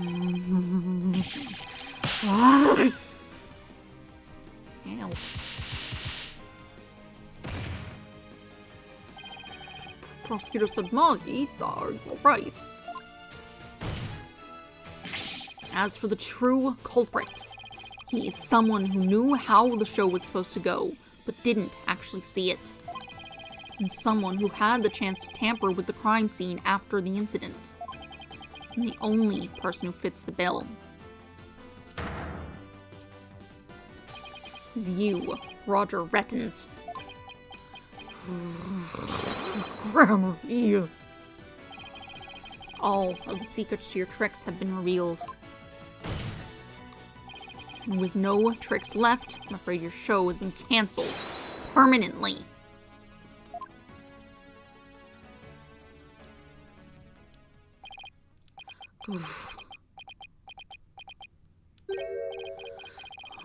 All my secrets have been revealed, you say?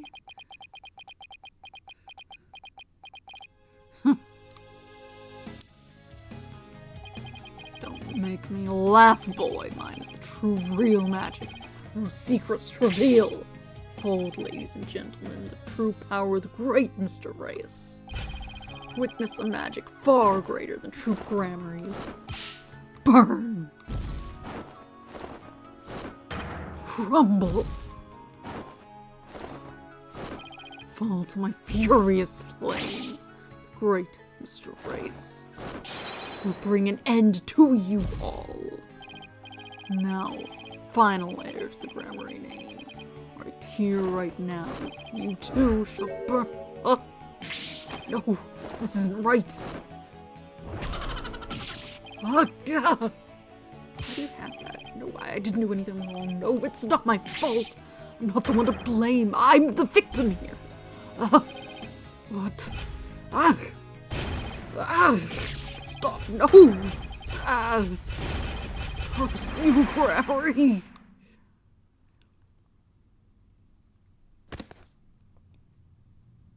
Okay.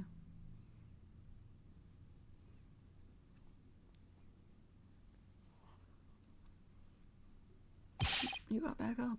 Curse those Grammarys. It's all because of them. Even now they wound me. Curse them all to the abyss. Do you really hate us that much?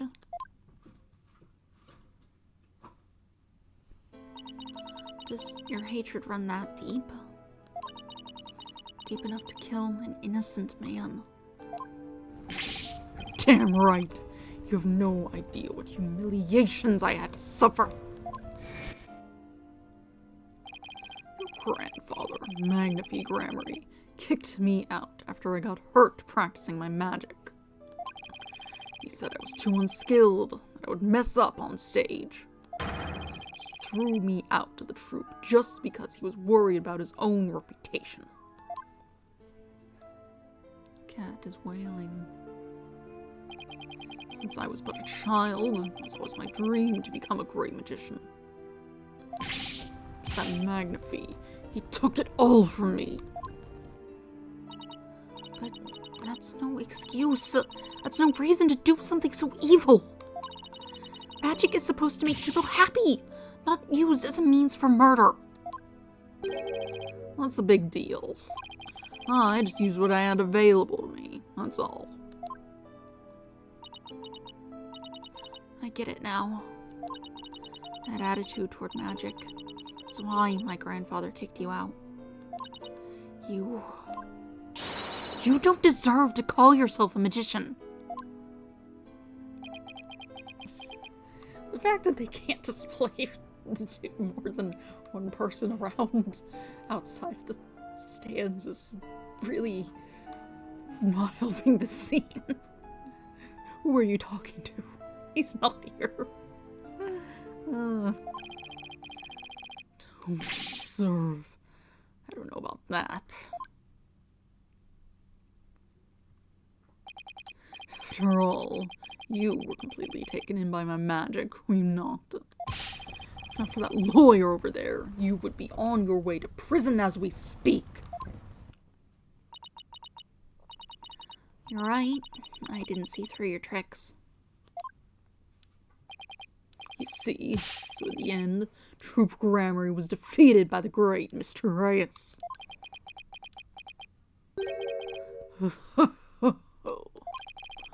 You're not fit to lecture me from on high, Trucy Wright. You don't even deserve to call yourself a magician, you naive greenhorn.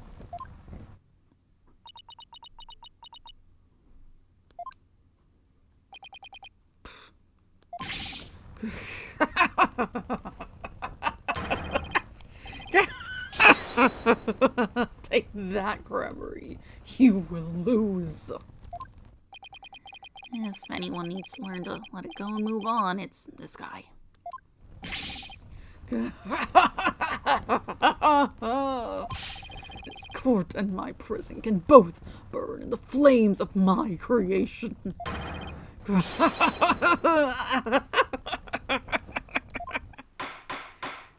Please put out the fire. But bailiff, take Mr. Rettins away.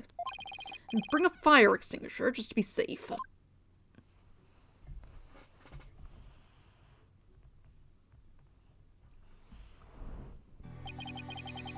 Looks like we've reached the end. I feel as though I've been watching a grand magic show. It was close, but we just barely made it through somehow.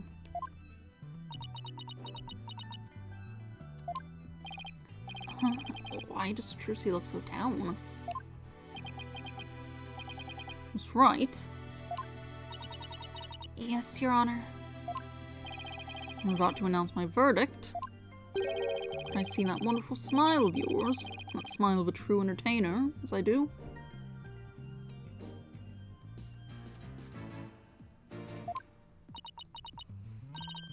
Yes, Your Honor.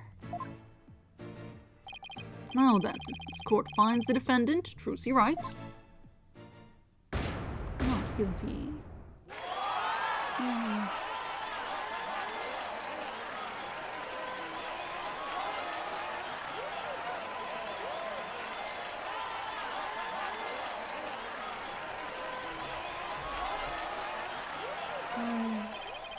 Court is adjourned.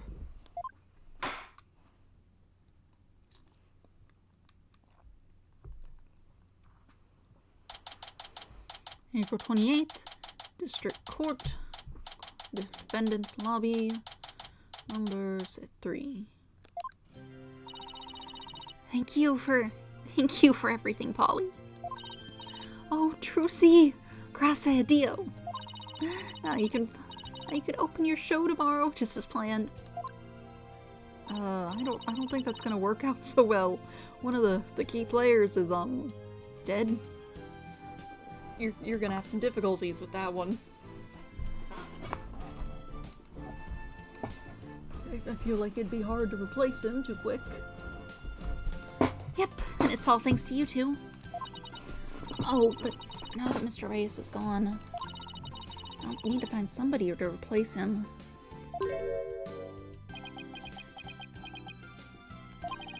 I don't like the way she's looking at me. Trucy, I'm so sorry about everything. Hey, what are you apologizing for? Roger Rettins used us. We're victims too. Even made me an accomplice to murder. But Betty, we have to take some of the blame for this too, you know. Even if we didn't know he was planning to kill Mr. Mystery, we did cooperate with him. It's all my fault, isn't it? Neither one of you is to blame. The only one in the wrong is the person who used magic to commit murder, Roger Rettins. You think I know that? Say what you want, but don't think for a second that I don't still hate you. I guess she really does hate me. But Betty, why? You used to be a huge fan of Trucy's. Hey, shut up! I have always hated her. Really? But if we hadn't seen Trucy's magic show, we never would have tried to become professional magicians ourselves, right? Speak for yourself! Betty, you still have to... just shut up! What was that? Still have her autograph from that day. Was she acting that way this whole time because she secretly loves Trucy? Well, Trucy, I never knew that being the best would be so tough. Come on, Bonnie, we're leaving. We have to go get ready for tomorrow's show.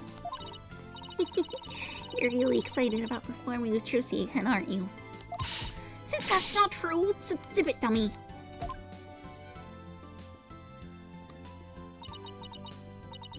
Polly, you think I really am a naive greenhorn? Huh? No way. She's not. After all, you were completely taken in by my magic, were you not? Not for that lawyer over there, you would be on your way to prison as we speak. You're right. I didn't see through your tricks. I see. So in the end, Troop Grammary was defeated by the great Mr. Reyes. You're not fit to lecture me from on high, Trucy Wright. You don't even deserve to call yourself a magician, you naive greenhorn. Trucy, don't tell me you're taking what Mr. Reyes said, Mr. Rettins said to heart. Well, maybe a little. I didn't see through his tricks, and I let myself be taken in by his magic. I can't trust myself anymore. Maybe he was right to call me a greenhorn. You shouldn't take stock in his words. He doesn't even know the first thing about you. Uh-huh. You're a wonderful grammary magician. You should be proud of yourself. Thank you, Apollo, but what makes you say that? I know you're a wonderful grammary magician because of this.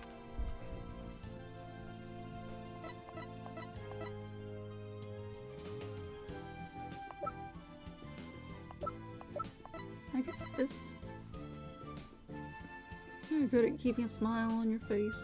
I haven't used this in the court, so it must be for this. Take that!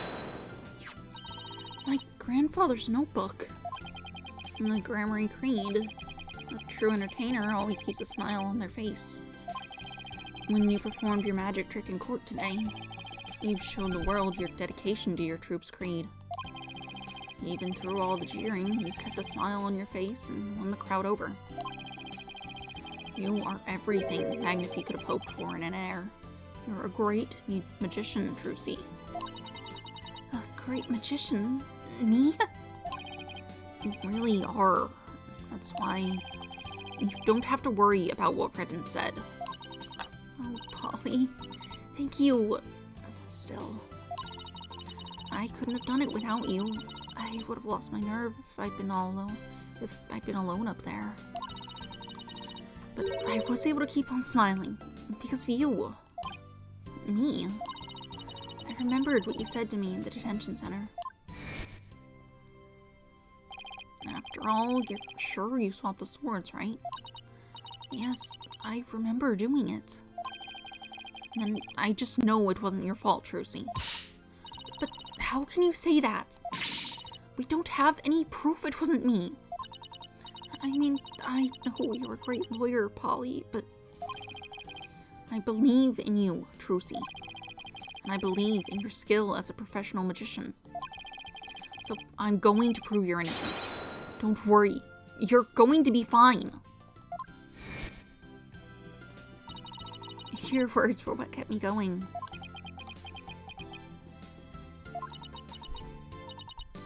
Apollo, thank you from the bottom of my heart.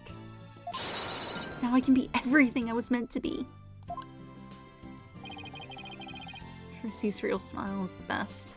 I'm so glad I could help make that happen. Emma. I'm really sorry, Trucy, for everything. But why? Well, I wasn't able to convince Prosecutor Sudmahi what a good person you are. And I had to testify against you, too. You have nothing to apologize for. You were just doing your job. You're too kind. Oh, I don't know about... Huh? Is something wrong, Emma? Oh! Prosecutor Sudmahi, what are you doing here? Detective Sky. Yes. I require your forensics expertise in order to close this case. Come, let us go. Wait, Prosecutor Sudmahi! Trial is over, Mr. Justice. You and I are strangers once more, with no further need to interact. Strangers? Have you really forgotten all about me? What?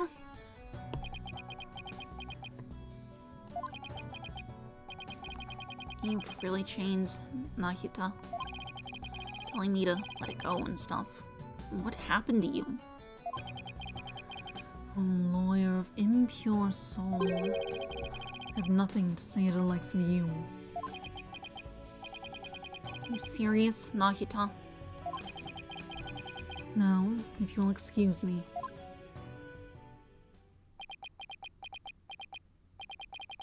There he goes. What was that all about, Apollo? How do you know Prosecutor Sudmahi? Let's just say we're old acquaintances. Acquaintances? It seemed like something more than that. Yeah, well... You don't like to talk about your past, do you? Because you always change the subject. I guess I'll have to talk about it someday. But for now, come on, let's forget about the past and celebrate Trucy's future. Sure, if you say so. Hey, it's Mr. Wright. Put him on speakerphone, Apollo. What's up, Mr. Wright? Apollo, how's Trucy? What happened at the trial? Did you get a not guilty verdict? Mr. Wright, slow down. Everything's fine. Hi, Daddy. I'm okay now. She was found not guilty in a very dramatic turnabout. Plus, we saved the office. It was a great victory for Apollo. That's a load off my mind. I can't thank you enough, Apollo. Now I know I could trust you to hold down the fort any time. Me? Really? Yes, you. A real full-fledged lawyer now, in my eyes. I think he has been for a while. A full-fledged lawyer? I still can't wrap my mind around it. Thank goodness you were there to take care of everything. And thank you, Apollo. No need to go that far, boss. Especially not in front of everyone. Oh, and by the way, I won't be able to make it to tomorrow's show, so I was hoping you could go. You'll do that for me, won't you? Of course, I wouldn't miss it for the world.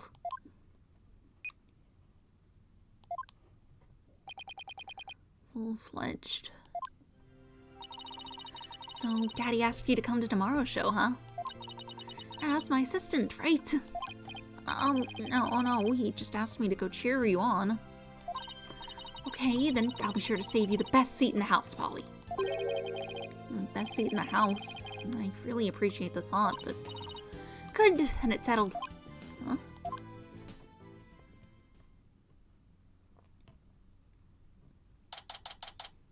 April 29th, Penrose Theater. Stage. Objection! I should have known. Free him. This is what she meant. Magical girl Trucy Wright will now perform her greatest illusion yet. There are no tricks or gimmicks here, ladies and gentlemen. This is real magic. Wait a minute, you're kidding, right? There is a trick or gimmick, right? I'm too young to die. Now then, Mr. Hat, you know what to do with that sword. No, wait, stop! No! That is how Trucy and Grammary Land ended on a rousing high note. With a big round of applause and Polly's ear-splitting screams. What kind of an ending is that?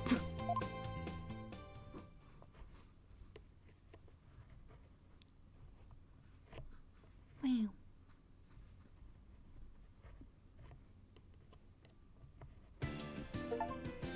Progress, yes.